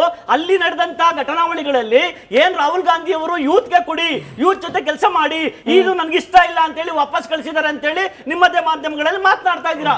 ಆದ್ರೆ ಇವತ್ತೇನು 40 ಜನ ಸತೀಶ್ ಜಾರಕಿಹೊಳಿ ಅವರು ಒಂದು ವಾರಗಳ ಹಿಂದೆಗಳೇ ಹೇಳಿದ್ರು, ಏನಾದ್ರೂ DK ಶಿವಕುಮಾರ್ ಅವರು ಸಚಿವ ಸಂಪುಟವನ್ನ ವಿಸ್ತರಣೆ ಮಾಡುದೇ ಆದ್ರೆ 2-0 ಲೆವೆಲ್ ಅಲ್ಲಿ 1 ತಿಂಗಳಲ್ಲಿ ಸರ್ಕಾರ ಗಡಗಡ ಅಂತ ನಡ್ಗೋದು ಕಟ್ಟು ಸತ್ಯ. ವಿರೋಧ ಪಕ್ಷಗಳು ಹೇಳಿಲ್ಲ, ಬಿಜೆಪಿಗರು ಹೇಳಿದ ಹೇಳಿಕೆಗೆ ಪ್ರತಿಕ್ರಿಯೆ ಎಲ್ಲ ಸರ್ಕಾರದಲ್ಲೂ ಹಿಂಗಾಗತ್ತೆ ಆರಂಭಿಕ ದಿನಗಳಲ್ಲಿ, ಆಮೇಲೆ ಸರಿ ಹೋಗುತ್ತೆ. ಅದು ಸತೀಶ್ ನಾನ್ ಕೇಳಿಸ್ಕೊಂಡಿದ್ದು ಹಂಗಿತ್ತು. ಎನಿವೆ ಅಲ್ಲ ಇವತ್ತು ಮಹಾಭಾರತದಲ್ಲಿ ನಾವು ಡಿಸೈಡ್ ಮಾಡ್ತಾ ಇರೋದು ಏನು ಅಂತ ಹೇಳಿದ್ರೆ, ಮುಖ್ಯಮಂತ್ರಿ ಅವರಿಗೆ ಅಧಿಕಾರ ಇಲ್ವಾ, ಮುಖ್ಯಮಂತ್ರಿ ಅವರಿಗೆ ತಾಕತ್ತಿಲ್ವಾ, ಆ ಒಂದು ಶಕ್ತಿ ಇಲ್ವಾ ಅಂತ. ಖಂಡಿತ ಇಲ್ಲ. ಮುಖ್ಯಮಂತ್ರಿಗಳಿಗೆ ಏನ್ ಬೇಕಾಗಿತ್ತು? ಮುಖ್ಯಮಂತ್ರಿ ಪೋಸ್ಟ್ ಬೇಕಾಗಿತ್ತು, ಸಿಕ್ಕೋಗಿದೆ. ಆ ಮುಖ್ಯಮಂತ್ರಿ ಪೋಸ್ಟ್ ಸಿಕ್ಕಿದ ಮೇಲೆ ಬೇರೆ ಆದ್ರೆಷ್ಟು ಬಿಟ್ರಷ್ಟು, ಈ ರಾಜ್ಯ ಹೋದ್ರೆಷ್ಟು ಇದ್ರಷ್ಟು, ಈ ರಾಜ್ಯದಲ್ಲಿ ಬಡವರು ಸತ್ರಷ್ಟು ಬಿಟ್ರಷ್ಟು. ಆ ಪರಿಸ್ಥಿತಿಯಲ್ಲಿ ಇವತ್ತು ರಾಜ್ಯ ಇರ್ಬೇಕಾದ್ರೆ ಕ್ಯಾಬಿನೆಟ್ ಕಟ್ಕೊಂಡು, ಇಲ್ಲಿ ಕ್ಯಾಬಿನೆಟ್ ಮೇಲೆ ದೃಷ್ಟಿ ಬೇಕಾಗಿತ್ತು ಸಿದ್ದರಾಮಯ್ಯ ಅವ್ರಿಗೆ. ಸಿದ್ದರಾಮಯ್ಯ ಅವ್ರ ಪಾಪ ಮನ್ಸು ಕೊಟ್ಬಿಟ್ಟಿದ್ದಾರೆ. ಅಯ್ಯಯ್ಯೋ ನನ್ನ ಸ್ನೇಹಿತರಿಗೆ ಸಿಕ್ಲಿಲ್ವಲ್ಲ, ಏನಾದ್ರೂ ಮಾಡಿ ಕೊಡಿಸ್ಬೇಕು ಅನ್ನೋದು ಸಿದ್ದರಾಮಯ್ಯ ಅವ್ರ ಇಂಟೆನ್ಷನ್. ಆದ್ರೆ DK ಶಿವಕುಮಾರ್ ಇಂಟೆನ್ಷನ್ ಏನಪ್ಪಾ ಅಂತ ಹೇಳಿದ್ರೆ ಅವ್ರದ್ದು ಫುಲ್ಫಿಲ್ ಆಗಿದೆ, ಅವ್ರದ್ದು ಯಾವುದೇ ಆಕಾಂಕ್ಷೆಗಳಿಲ್ಲ. ಅದಕ್ಕೋಸ್ಕರ ದಿಢೀರಾಗಿ ಇಲ್ಲಿ ನಾನು ನೋಡಿದೆ, ಇವತ್ತು ದೆಹಲಿಯಲ್ಲಿ ಇರ್ತಕ್ಕಂಥ ಏನು ಖರ್ಗೆ ಅವರ ಒಂದು ಅನುಪಸ್ಥಿತಿಯಲ್ಲಿ ರಾಹುಲ್ ಗಾಂಧಿ ಅವರನ್ನ ಭೇಟಿ ಮಾಡಿದವರು ಯಾರ್ಯಾರು ಪ್ರತ್ಯೇಕವಾಗಿ? ಅಧ್ಯಕ್ಷರು, ಮುಖ್ಯಮಂತ್ರಿಗಳು ಮತ್ತೆ ಸಿದ್ದರಾಮಯ್ಯನವರು. 3 ಜನಕ್ಕೂ ಒಂದೊಂದಿದೆ ಅಂತ ಹೇಳಿದ್ರೆ ಇಲ್ಲಿ ನಿಜವಾಗ್ಲೂ ಯಾವುದೇ ಕಾರಣಕ್ಕೂ ಈ DK ಶಿವಕುಮಾರ್ ಅವರಿಗೆ ಆ ಒಂದು ಸ್ವಾತಂತ್ರ್ಯ ಇಲ್ಲ, ಮೂರು ಪಟ್ಟಿ ಇಟ್ಕೊಂಡು ಒಂದು ಸಮನ್ವಯದ ಕ್ಯಾಬಿನೆಟ್ ಮಾಡಬೇಕು ಅನ್ನೋ ಚಿಂತನೆಯಲ್ಲಿ ಕಾಂಗ್ರೆಸ್ ಹೈಕಮಾಂಡ್ ಇದೆ ಅನ್ನೋದು ನಮಗ್ ಸಿಕ್ಕ ಮಾಹಿತಿ ಸರ್. ಅದು ನಿಜವಾಗ್ಲೂ ಪಾಸಿಬಲ್ ಕಷ್ಟನ ಅಂತ ಹೇಳಿ ಮುಂದೆ ಉತ್ತರ ಕೊಡಿರಂತೆ. ಲೋಹಿತ್ ಅವರೇ, ಆಗ್ಲೇ ಮಹೇಶ್ ಅವ್ರು ಮಾತನಾಡುವಾಗ ಪ್ರಾದೇಶಿಕ ಸಮತೋಲನದ ಬಗ್ಗೆ ಮಾತನಾಡ್ತಿದ್ರು. ಅಂದ್ರೆ ಇರೋ 13 ಜನರಲ್ಲಿ 3-4 ಜನ ಬೆಂಗಳೂರಿನವರೇ ಇದ್ದಾರೆ, ಬೇರೆ ಜಿಲ್ಲೆಗಳಿಗೆ ಬೇರೆ ಪ್ರದೇಶಗಳಿಗೆ ರೆಪ್ರೆಸೆಂಟೇಷನ್ ಇಲ್ಲ. ಇನ್ನೊಂದು ವರ್ಷನ್ ಅಲ್ಲಿ ನೋಡೋದಾದ್ರೆ ಸಮುದಾಯವಾರು ರೆಪ್ರೆಸೆಂಟೇಷನ್ ಬಗ್ಗೆ ಕೂಡ ಅಹವಾಲ್ ಇದ್ದೇ ಇದೆ.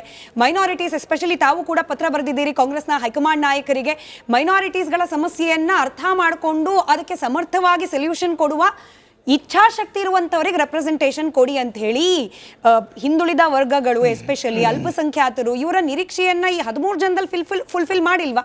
ಇನ್ನೂ ನಿರೀಕ್ಷೆಗಳಿದೆಯಾ ಹಾಗಾದ್ರೆ? ಖಂಡಿತ ಇದೆ.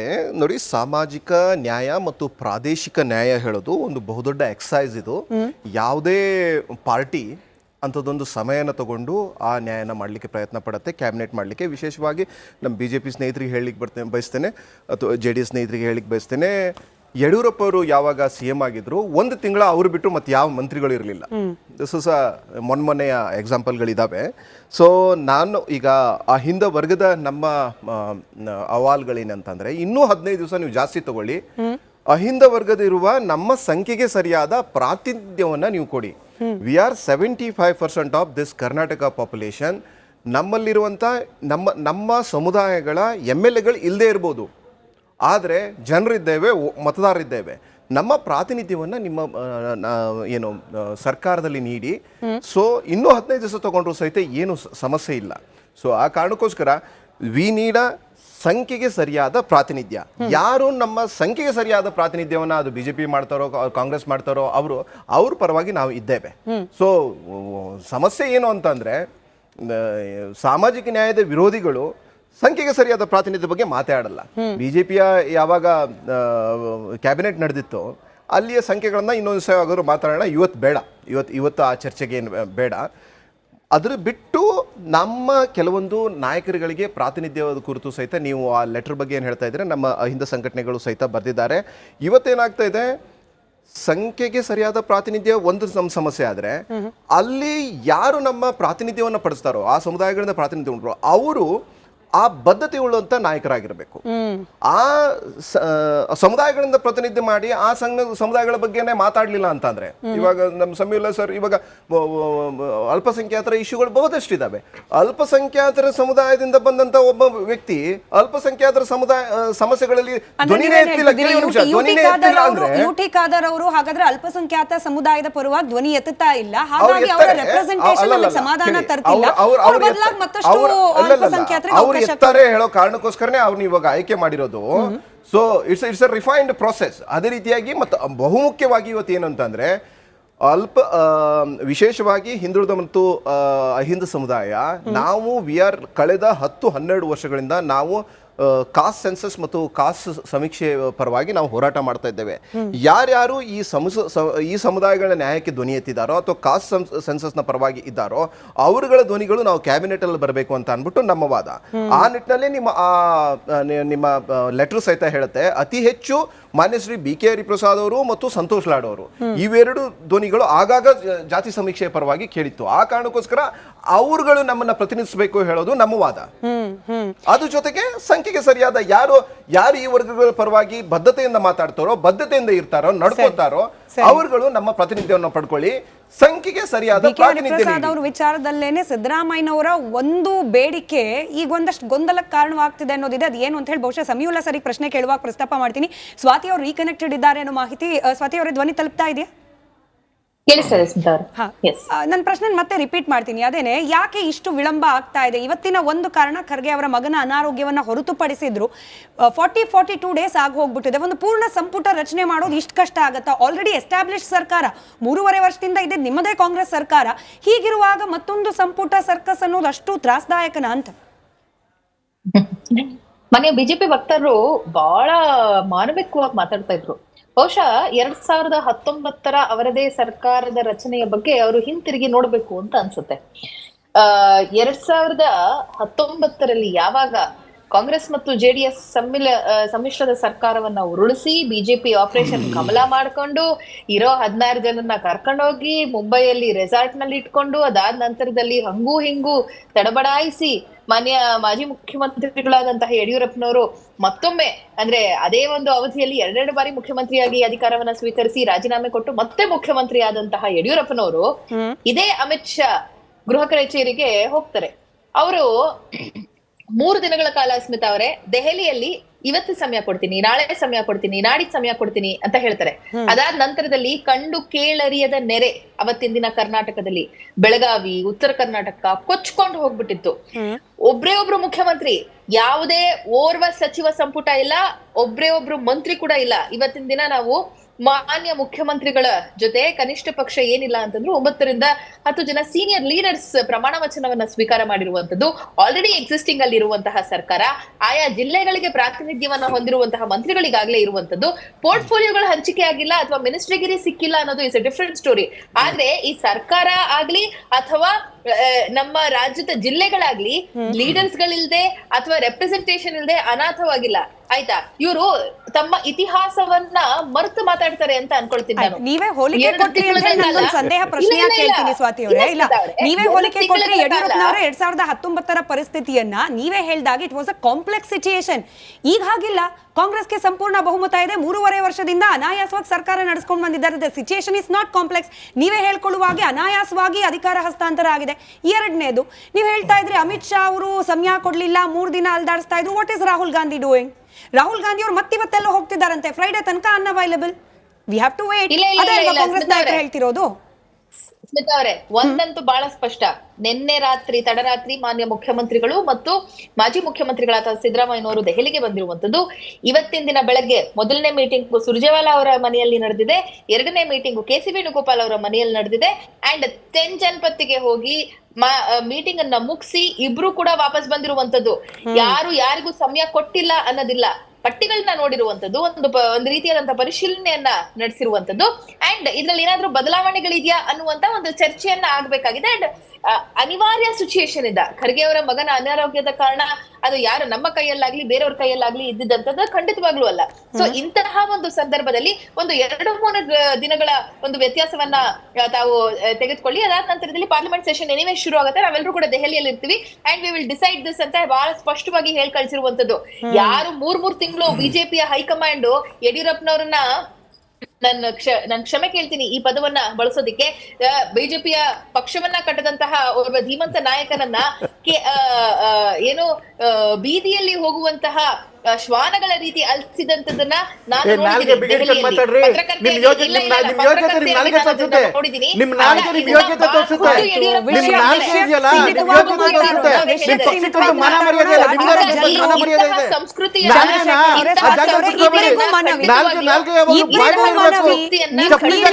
ಚಂದ್ರಶೇಖರ್ ಸರ್ ಸಾಕು. ಚಂದ್ರಶೇಖರ್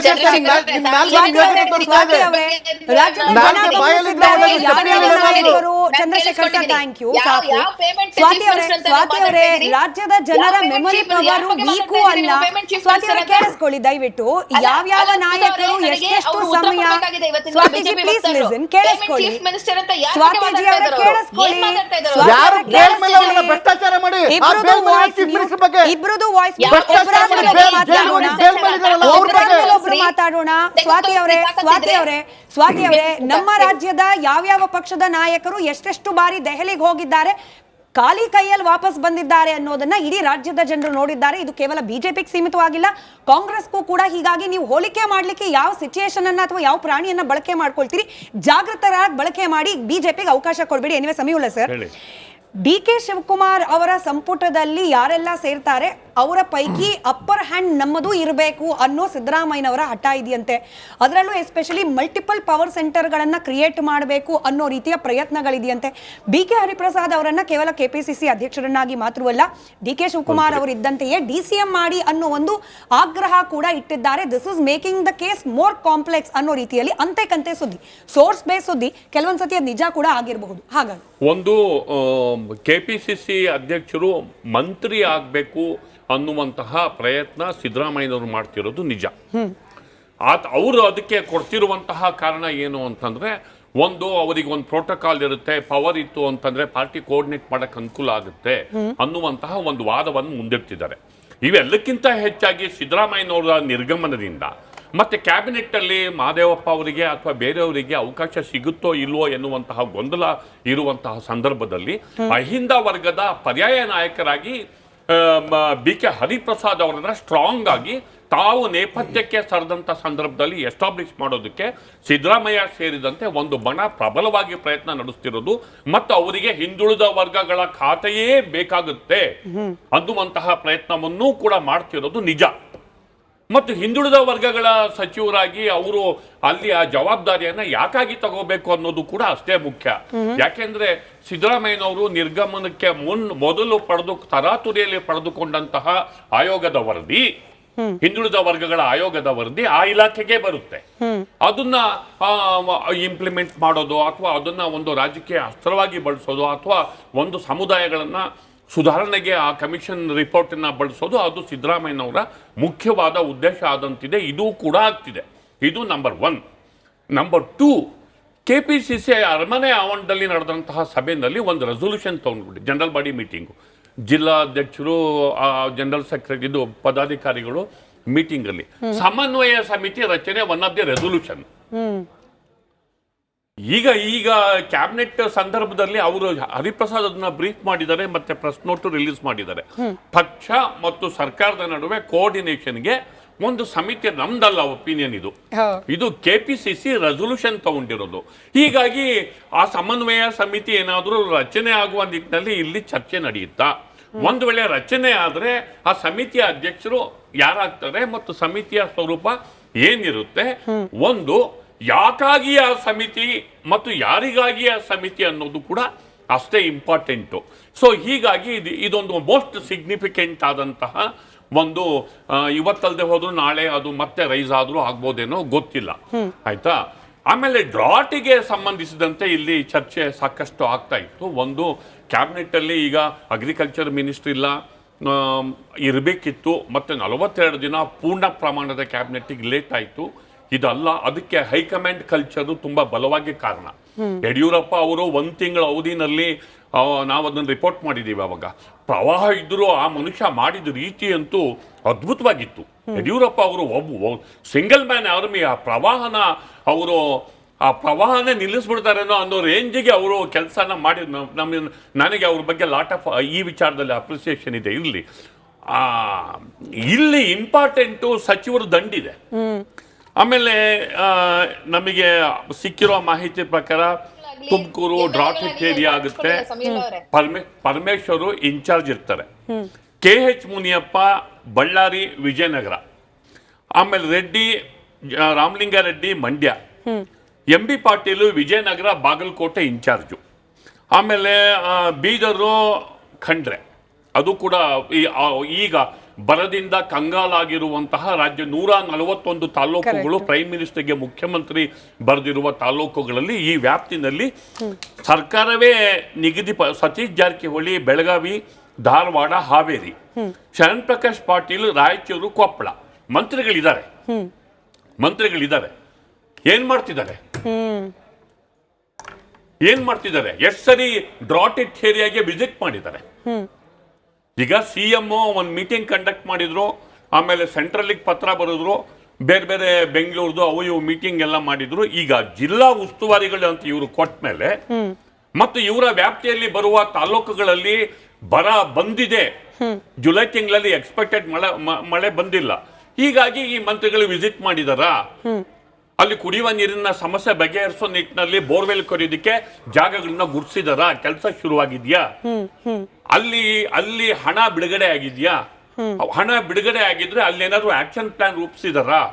ಎಷ್ಟು ಸರಿ ವಿಸಿಟ್ ಮಾಡಿದ್ದಾರೆ? ಡಿಸ್ಟ್ರಿಕ್ಟ್ ಇನ್ಚಾರ್ಜ್ ಆಫೀಸರ್ಸ್ ಎಷ್ಟು ಸರಿ ಹೋಗಿದ್ದಾರೆ? ಇದು ಉತ್ತರ ಕೊಡ್ಬೇಕಿದು. ನಮಗೆ ಹೊಸ ಕ್ಯಾಬಿನೆಟ್ ಬರಲಿ, ಅಗ್ರಿಕಲ್ಚರ್ ಮಿನಿಸ್ಟರ್ ಬರಲಿ, ಸಂತೋಷ.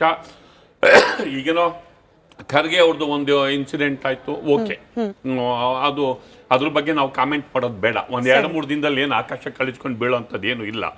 ಈಗ ಇರೋರು ಏನ್ ಮಾಡ್ತಿದ್ದಾರೆ ಅನ್ನೋದಕ್ಕೆ ಸೋರ್ಸ್ ಬೇಸ್ ಎಟ್ಟೆಗೆ ತಪ್ಪಿದ್ರೆ ಸ್ವಾತಿ ಅವ್ರು ಕರೆಕ್ಟ್ ಮಾಡ್ಲಿ. ಬಟ್ ಚಂದ್ರಶೇಖರ್ ಅವರಿಗೆ ನಾನು ಇದರಿಂದ ಉತ್ತರ ಬಯಸ್ತೀನಿ. ಅದಾದ್ಮೇಲೆ ಸ್ವಾತಿ ಅವರು ಕಂಟಿನ್ಯೂ ಮಾಡ್ಲಿ. ಸತೀಶ್ ಜಾರಕಿಹೊಳಿ ಅವರ ಹೆಸರು ಕೂಡ ಹೇಳಿದ್ರು. ಬೆಳಗಾವಿ ಅಲ್ಲದೆ ಮತ್ತೊಂದೆರಡು ಜಿಲ್ಲೆಗಳ ಜವಾಬ್ದಾರಿ ಕೂಡ ಅವ್ರ ಹೆಗಲಿಗಿದೆ ಅಂತ ಹೇಳಿ. ಬಟ್ ಸತೀಶ್ ಜಾರಕಿಹೊಳಿ ಅವರು ಬಿಸಿ ಯಾವ್ದ್ರಲ್ಲಿದ್ದಾರೆ? ನಮಗ್ ಸಿಕ್ಕಿರೋ ಮಾಹಿತಿ, ಎಲ್ಲಿ ಸವದಿ ಅವರಿಗೆ, ಲಕ್ಷ್ಮೀ ಹೆಬ್ಬಾಳ್ಕರ್ ಅವರಿಗೆ ಅವಕಾಶ ಸಿಕ್ಬಿಡುತ್ತೋ, ಬೆಳಗಾವಿಯಲ್ಲಿ ಆಲ್ಟರ್ನೇಟ್ ಪವರ್ ಸೆಂಟರ್ ಕ್ರಿಯೇಟ್ ಆಗ್ಬಿಡುತ್ತೋ ಅಂತ ಹೇಳಿ ಸಚಿವ ಸಂಪುಟದ ಒಳಗಡೆ ಬೆಳಗಾವಿ ಜಿಲ್ಲೆಯಿಂದ ರೆಪ್ರೆಸೆಂಟ್ ಮಾಡಬೇಕು ಅಂದ್ರೆ ಅದು ಒಂದಾ ಕೌಜಲಗಿ ಅವರು ಇಲ್ಲಾಂದ್ರೆ ಪಟ್ಟಣ್ಣ ಅವರು ಅಂತ ಹೇಳಿ ಹಠ ಹಿಡಿದು ಕೂತಿದ್ದಾರಂತೆ. ಹಿಂಗಾಗಿ ಬ್ಯಾಕ್ ಡೋರ್ ಇಂದ ತಾವು ಕ್ರಿಯೇಟ್ ಮಾಡಬಹುದಾ ಪ್ರೆಷರ್ ಅನ್ನ ಕ್ರಿಯೇಟ್ ಮಾಡೋ ಪ್ರಯತ್ನ ಮಾಡ್ತಿದ್ದಾರಂತೆ. ಪುರ್ಸೊತ್ತಿಲ್ಲದೆ ಇರಬಹುದು ಬರ ವೀಕ್ಷಣೆಗೆ, ನೆರೆ ವೀಕ್ಷಣೆಗೆ. ತುಂಬಾ ಒಳ್ಳೆ ಪ್ರಶ್ನೆ. ಯಾಕೆ KPCC ಅಧ್ಯಕ್ಷ ಸ್ಥಾನವನ್ನು ಬೇಡ ಅಂತ ಹೇಳಿದ್ರು ಸತೀಶ್ ಜಾರಕಿಹೊಳಿ ಅವರು? ಯಾಕೆ ಅಂತ ಹೇಳಿದ್ರೆ ಅದು ಬಂದ್ರೆ ನನಗೆ ಮಿನಿಸ್ಟ್ರಿ ಸಿಗಲ್ಲ, ಜಿಲ್ಲಾ ಉಸ್ತುವಾರಿ ಸಚಿವ ಕೈ ತಪ್ಪೋಗುತ್ತೆ, ಪವರ್ ಪಾಲಿಟಿಕ್ಸ್ ಅಲ್ಲಿ ನನ್ನ ಪ್ರೆಸೆನ್ಸ್ ಹೋಗುತ್ತೆ ಅಂತ ಹೇಳಿ ಅವ್ರಿಗಿರ್ತಕ್ಕಂಥ ಒಂದೇ ದೊಡ್ಡ ಉದ್ದೇಶ ಅಂತ ಹೇಳಿದ್ರೆ ಒಂದು ಲಕ್ಷ್ಮಣ್ ಸವದಿ ಅವ್ರನ್ನ ತಡಿಬೇಕು, ಎರಡನೇ ಆಪ್ಷನ್ ಇವ್ರನ್ನ ಲಕ್ಷ್ಮೀ ಹೆಬ್ಬಾಳ್ಕರ್ನ ತಡಿಬೇಕು. ಅದಕ್ಕೋಸ್ಕರ ಮಹಾಂತೇಶ್ ಕೌಜಲಿಗೆ ಮತ್ತು ಅಶೋಕ್ ಪಟ್ಟಣ ಅವ್ರನ್ನ ಕ್ಯೂ ಬಿಟ್ಟಿರೋದು. ಇವತ್ತು ಅಶೋಕ್ ಪಟ್ಟಣ ಡೆಲ್ಲಿನಲ್ಲಿ ಏನು ಹೇಳಿದ್ರು? ಜಾತಿ ಉಪಜಾತಿ ಅಂತ ಹೋಗ್ಬೇಡಿ, ನೆನ್ನೆ ಮೊನ್ನೆ ಬಂದವ್ರಿಗೆ ಅವಕಾಶ ಕೊಡಬೇಡಿ, ನಾವು ಅಷ್ಟೊಷ್ಟಿಂದ ಓದ್ತಿದ್ದೀವಿ. ನೆನ್ನೆ ಮೊನ್ನೆ ಬಂದರು ಯಾರು ಸ್ವಾಮಿ? ಲಕ್ಷ್ಮಣ್ ಸವದಿನೇ ತಾನೆ. ಇದೇ DK ಶಿವಕುಮಾರ್ ಅವರು ಲಕ್ಷ್ಮಣ್ ಸವದಿ ಅವ್ರನ್ನ ಬಿಜೆಪಿಯಿಂದ ಕಾಂಗ್ರೆಸ್ಗೆ ತಗೊಂಡು ಬರ್ಬೇಕಾದ್ರೆ ನಾನು ಮುಖ್ಯಮಂತ್ರಿ ಆದ್ರೆ ನಾನು ಮಂತ್ರಿ ಮಾಡ್ತೀನಿ ಅಂತ ಹೇಳಿ ಪ್ರಾಮಿಸ್ ಮಾಡಿ ಕರ್ಕೊಂಡ್ ಬಂದಿದ್ದು. ಹಾಗಾದ್ರೆ ಇವತ್ತು ಬರ್ತಿರ್ತಕ್ಕಂಥ ನೆನ್ನೆ ಮನೆ ಪದಗಳು ಯಾರಿಂದ ಬರ್ತಾ ಇದೆ? ಇದಾದ್ಮೇಲೆ ಆಯ್ತಾಯ್ತು ಸಮಾಧಾನ, ಡಿಸ್ಟರ್ಬ್ ಮಾಡ್ಬೇಕು ಹೇಳಿ, ಡಿಸ್ಟರ್ಬ್ ಮಾಡಕ್ಕೆ ಹೇಳಿ, ಡಿಸ್ಟರ್ಬ್ ಮಾಡಬೇಡಿ ಅಂತ ಹೇಳಿ ಅವ್ರಿಗೆ ಸಮಾಧಾನ ಗೊತ್ತಿದೆ ನಿಮ್ಗೆ. ಆಯ್ತಲ್ಲ ನೋಡಿ, 4 ಸರಿ ಇಲ್ಲಿವರೆಗೂ ಏನು ಮಂತ್ರಿಮಂಡಲದ ಪಟ್ಟಿ ಫೈನಲ್ ಆಗಿ 4 ಸರಿ ಪೋಸ್ಟ್ಪೋನ್ ಆಯ್ತು. 5ನೇ ತಾರೀಕು ಆಗ್ಬೇಕಾಗಿತ್ತು, 8ಕ್ಕೆ ಪೋಸ್ಟ್ಪೋನ್ ಆಯ್ತು. 8ನೇ ತಾರೀಕು ಆಗ್ಬೇಕಾಗಿತ್ತು, 12ಕ್ಕೆ ಪೋಸ್ಟ್ಪೋನ್ ಆಯ್ತು. ಇವತ್ತು ಬಿಟ್ಬಿಡಿ ಖರ್ಗೆ ಅವರ ಮಗ ವಿಚಾರದಲ್ಲಿ. ಮೊದಲ 3 ಸರಿ ಯಾಕೆ ಪೋಸ್ಟ್ಪೋನ್ ಆಗಿದ್ದು? ಯಾಕೆ ಅಂತ ಹೇಳಿದ್ರೆ ಇವರ ರಾಹುಲ್ ಗಾಂಧಿ ಅವರ ವಿದೇಶ ಪ್ರವಾಸದಿಂದ ವಾಪಸ್ ಬರೋದು 5ನೇ ತಾರೀಕು ಬರ್ಬೇಕಾಯ್ತು, 8ನೇ ತಾರೀಕು ಪೋಸ್ಟ್ಪೋನ್ ಆಯ್ತು, 8ನೇ ತಾರೀಕು ಬರ್ಬೇಕಾದ್ರೆ 12ನೇ ತಾರೀಕು ಪೋಸ್ಟ್ಪೋನ್ ಆಯ್ತು. ಪಾಪ ಪುಣ್ಯಾತ್ಮ ಅಲ್ಲಿ ಬ್ಯಾಂಕಾಕ್ ಅಲ್ಲಿ ಬಹಳ ಬಿಸಿ ಇದ್ರು ಅಂತೇಳಿ 3 ಸರಿ ಇಲ್ಲಿ ಪೋಸ್ಟ್ಪೋನ್ ಆಗಿದ್ದು. ಏನು ನಮ್ಮ ಕರ್ನಾಟಕದ ಬಡ ರೈತ ಇವರು ಯಾರೋ ಇವರ ಕಾಂಗ್ರೆಸ್ ಲೀಡರ್ ರಾಹುಲ್ ಗಾಂಧಿ ಅಲ್ಲೆಲ್ಲೋ ಬ್ಯಾಂಕಾಕ್ ಅಲ್ಲಿ ಬಿಸಿ ಇದ್ದಾರೆ ಅಂತೇಳಿ ಇವ್ರು ಸಫರ್ ಆಗ್ಬೇಕು. ಹೋಗಿದ್ರು ಅನ್ನೋದ್ರ ಬಗ್ಗೆ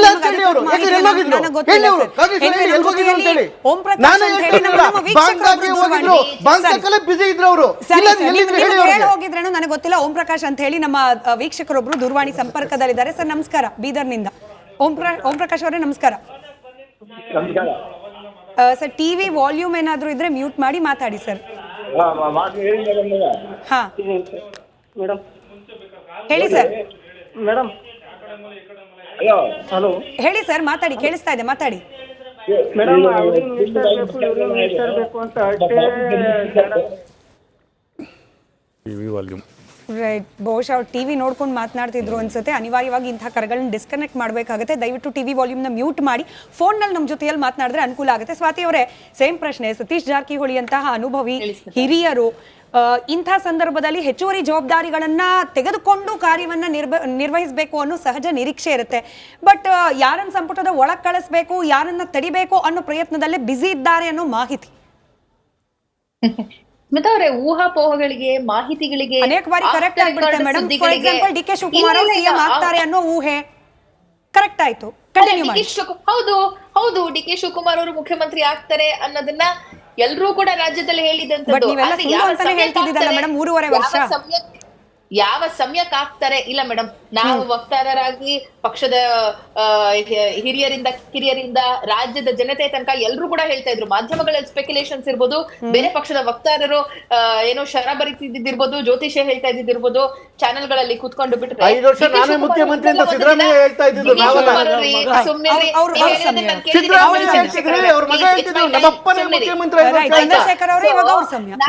ಇದೇ ಚಾನೆಲ್ ನಾನ್ ನೋಡಿದೀನಿ ಯಾರ್ಯಾರು ಏನೇನ್ ಮಾತಾಡಿದ್ರು ಅನ್ನೋದನ್ನು ಕೂಡ ನೋಡಿದೀನಿ. ಆದ್ರೆ ರಾಜ್ಯದ ಮುಖ್ಯಮಂತ್ರಿಯಾಗಿ ಡಿ ಕೆ ಶಿವಕುಮಾರ್ ಅವರು ಅಧಿಕಾರವನ್ನ ವಹಿಸಬೇಕು ಅನ್ನೋದು ಇಡೀ ರಾಜ್ಯದ ಒಂದು ಇಂಗಿತ ಆಗಿತ್ತು. ಅದು ಇವತ್ತಿನ ಸತೀಶ್ ಜಾರಕಿಹೊಳಿ ಅಂತಹ ಹಿರಿಯ ಸಚಿವರು ಸಮೀಉಲ್ಲಾಹ್ ಪಟ್ಟಿ ಕೊಟ್ಟರು. ಇಷ್ಟು ಜನಕ್ಕೆ ಜವಾಬ್ದಾರಿ ಇದ್ರೂ ಕೂಡ ಎಲ್ಲಿದ್ದಾರೆ ಅವರು, ಏನ್ ಮಾಡ್ತಿಲ್ಲ? ಹೌದು, ಪರಿಪೂರ್ಣವಾದ ಕ್ಯಾಬಿನೆಟ್ ಇಲ್ಲ, ಇರೋ ಅಪೂರ್ಣವಾದ ಕ್ಯಾಬಿನೆಟ್ ನವರು ವರ್ಕ್ ಮಾಡ್ತಿಲ್ಲ. ಮೇಡಮ್, ಒಂದು ವಿಚಾರವನ್ನ ಹೇಳ್ಬಿಡ್ತೀನಿ.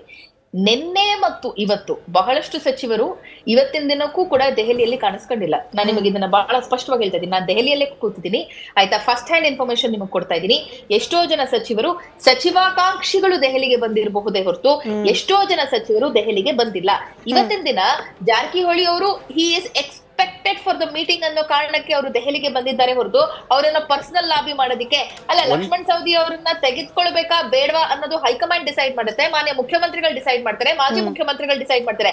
ಇದನ್ನ ಲಕ್ಷ್ಮೀ ಹೆಬ್ಬಾಳ್ಕರ್ ಅವರಾಗ್ಲಿ ಅಥವಾ ಸತೀಶ್ ಜಾರಕಿಹೊಳಿ ಅವರಾಗ್ಲಿ ಡಿಸೈಡ್ ಮಾಡಿದ್ಲಿ ಅಂತ ಖುದ್ದು ಸತೀಶ್ ಜಾರಕಿಹೊಳಿ ಅವರೇ ಹೇಳಿದ್ದಾರೆ. ಯಾರ್ಯಾರಿಗೆ ಯಾವಾಗ ಯಾವ ಸಚಿವ ಸ್ಥಾನಗಳನ್ನ ಅಥವಾ ಯಾವ ಸೂಕ್ತ ಸ್ಥಾನಮಾನಗಳನ್ನ ಕೊಡಬೇಕು ಅನ್ನುವಂತ ವಿಚಾರವನ್ನ ಅದು ಹೈಕಮಾಂಡ್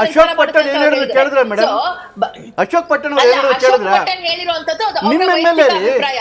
ಅವರಿಗೆ ಒಂದು ಅವಕಾಶ ಕೊಡಿ ಅಂತ ಕೇಳಿರಬಹುದು ಹೊರತು ನೀವು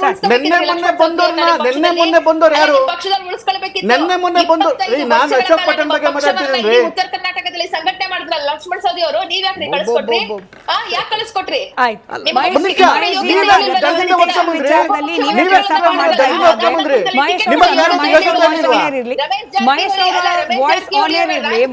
ನೀವೇ ಹೇಳ್ತಾ ಇದ್ದ ಹಾಗೆ ಕೆಲವೊಂದಷ್ಟು ಪ್ರದೇಶಗಳಿಗೆ ಇನ್ನೂ ರೆಪ್ರೆಸೆಂಟೇಷನ್ ಸಿಕ್ಕಿಲ್ಲ ಸಚಿವ ಸಂಪುಟದ ಒಳಗೆ. ಬಟ್ ಇರೋರು ಕೂಡ ಕೆಲಸ ಮಾಡಬೇಕು ಅನ್ನೋ ನಿರೀಕ್ಷೆ ಇದೆ. ನೀವು ಹೇಳ್ದ ಹಾಗೆ, ಪ್ಯಾನಲ್ನಲ್ಲಿ ಬಹುತೇಕರು ಹೇಳ್ತಿರೋ ಹಾಗೆ, ನಾವು ಪ್ರತಿನಿತ್ಯ ಸುದ್ದಿ ಪ್ರಸಾರ ಮಾಡ್ತಾ ಇರೋ ರೀತಿಯಲ್ಲಿ ಉತ್ತರ ಕರ್ನಾಟಕ ಭಾಗಕ್ಕೆ ತಕ್ಷಣಕ್ಕೆ ಗಮನ ಕೊಡೋ ಅನಿವಾರ್ಯತೆ ಇದೆ. ಈ ಕಾರಣಕ್ಕೆ ಸಚಿವ ಸಂಪುಟ ವಿಸ್ತರಣೆ ಆಗೋದು ಅತಿ ಶೀಘ್ರದಲ್ಲಿ ಎಷ್ಟು ಮುಖ್ಯ ಅಂತ ನೋಡಿ ಸ್ಮಿತಾ. ಇವಾಗಲೇ 13 ಜನ ಏನು ಸಚಿವರಾಗಿ ಹೋಗಿದ್ದಾರೆ. 40 ದಿನಗಳ ಕಾಲ ಈಗಾಗಲೇ ಅವರು ಅಧಿಕಾರವನ್ನು ಅನುಭವಿಸಾಗಿದೆ. ಅವ್ರಿಗೆ ಇನ್ನೂ ಸಹ ಅವರ ಖಾತೆಗಳ ಬಗ್ಗೆ ಅನುಭವನೇ ಇಲ್ಲ. ಅವ್ರ ಖಾತೆಗಳ ಬಗ್ಗೆ ಇನ್ನೂ ತಿಳ್ಕೊಂಡೇ ಇಲ್ಲ. ಅವರು ಇನ್ನು ಕೆಲಸನೇ ಸ್ಟಾರ್ಟ್ ಮಾಡಿಲ್ಲ. ಮತ್ತೆ ಕರ್ನಾಟಕ ರಾಜ್ಯದಲ್ಲಿ ಈಗಾಗಲೇ ಬರಗಾಲ, ಕೃಷಿ, ಶಿಕ್ಷಣ ಸಂಪೂರ್ಣ ಸರ್ವನಾಶ ಆಗಿದೆ. ಇದ್ರ ಬಗ್ಗೆ ನಾವು ಧ್ವನಿ ಎತ್ತಬೇಕು ಅಂತೇಳಿ ವಿಧಾನಸೌಧದಲ್ಲಿ ಮುಂಬರುವಂತ ಅಧಿವೇಶನಕ್ಕಾಗಿ ಬಕಪಕ್ಷಿಂದ ಕಾದು ಕೂತಿದ್ದೀವಿ.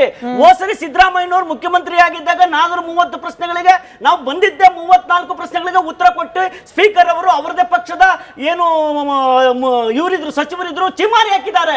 ಇವತ್ತಿನ್ನೂ ಸ್ಪೀಕರ್ ಆಯ್ಕೆ ಆಗಿಲ್ಲ, 20 ಜನ ಮಂತ್ರಿಗಳ ಆಯ್ಕೆ ಆಗಿಲ್ಲ. ಡಿ ಕೆ ಶಿವಕುಮಾರ್ ನೇತೃತ್ವದಲ್ಲಿ ಕೇಳಿಸ್ಕೊಂಡ್ರಿ ಸುಮ್ಮನೆ ನೀವು ಯಾಕೆ ಬಡ್ಕೊತೀರಾ ಓಟ ಅಂತ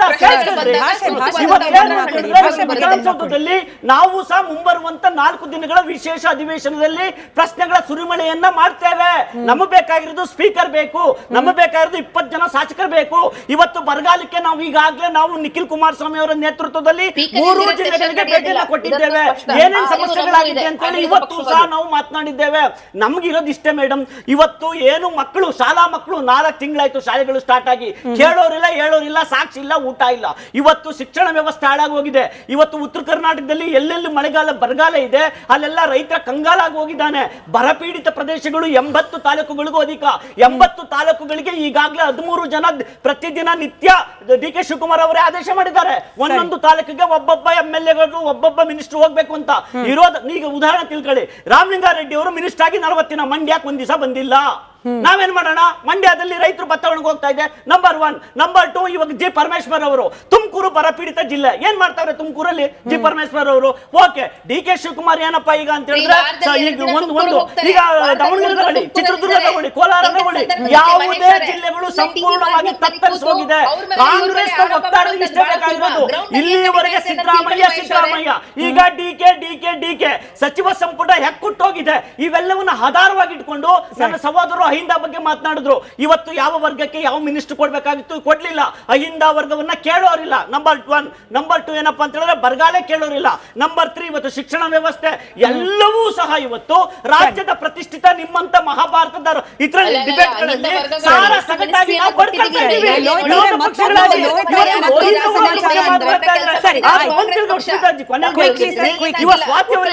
ಏನಪ್ಪಾ ಅಂತ ಹೇಳಿದ್ರೆ ಕ್ಯಾಬಿನೆಟ್ ವಿಸ್ತರಣೆ ಬಗ್ಗೆ ಮೇಡಮ್ ಹೇಳಿ ಅಂತ ಹೇಳಿದ್ರೆ, ಯಡಿಯೂರಪ್ಪನವ್ರ ಕಾಲದಲ್ಲಿ ಹಂಗಾಗಿತ್ತು ಹಿಂಗಾಗಿತ್ತು ಅಂತ ಹೇಳ್ಬಿಟ್ಟು ಇವ್ರು ಇಲ್ಲಿ ನಮ್ಗೆ ಹೇಳಕ್ ಬಂದಿದ್ದಾರೆ. ಹಾಗಾದ್ರೆ ರೈತರ ಬಗ್ಗೆ ಯಾಕೆ ಮಾತಾಡ್ತಲ್ಲ ನೀವು? ದುಡ್ಡಿಲ್ವಾ? ನಿಮ್ಮ ಸರ್ಕಾರದಲ್ಲಿ ದುಡ್ಡಿಲ್ಲ ಅಂತ ಒಪ್ಕೊಡಿ. ಇರೋದ್ 2,000 ಕೋಟಿ ಬೆಂಗಳೂರು ಕೊಟ್ಬಿಟ್ಟು ನೀವು ಒಬ್ಬೊಬ್ಬ ಕಾಂಗ್ರೆಸ್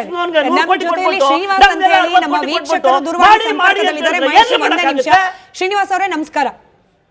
ನಮಸ್ಕಾರ.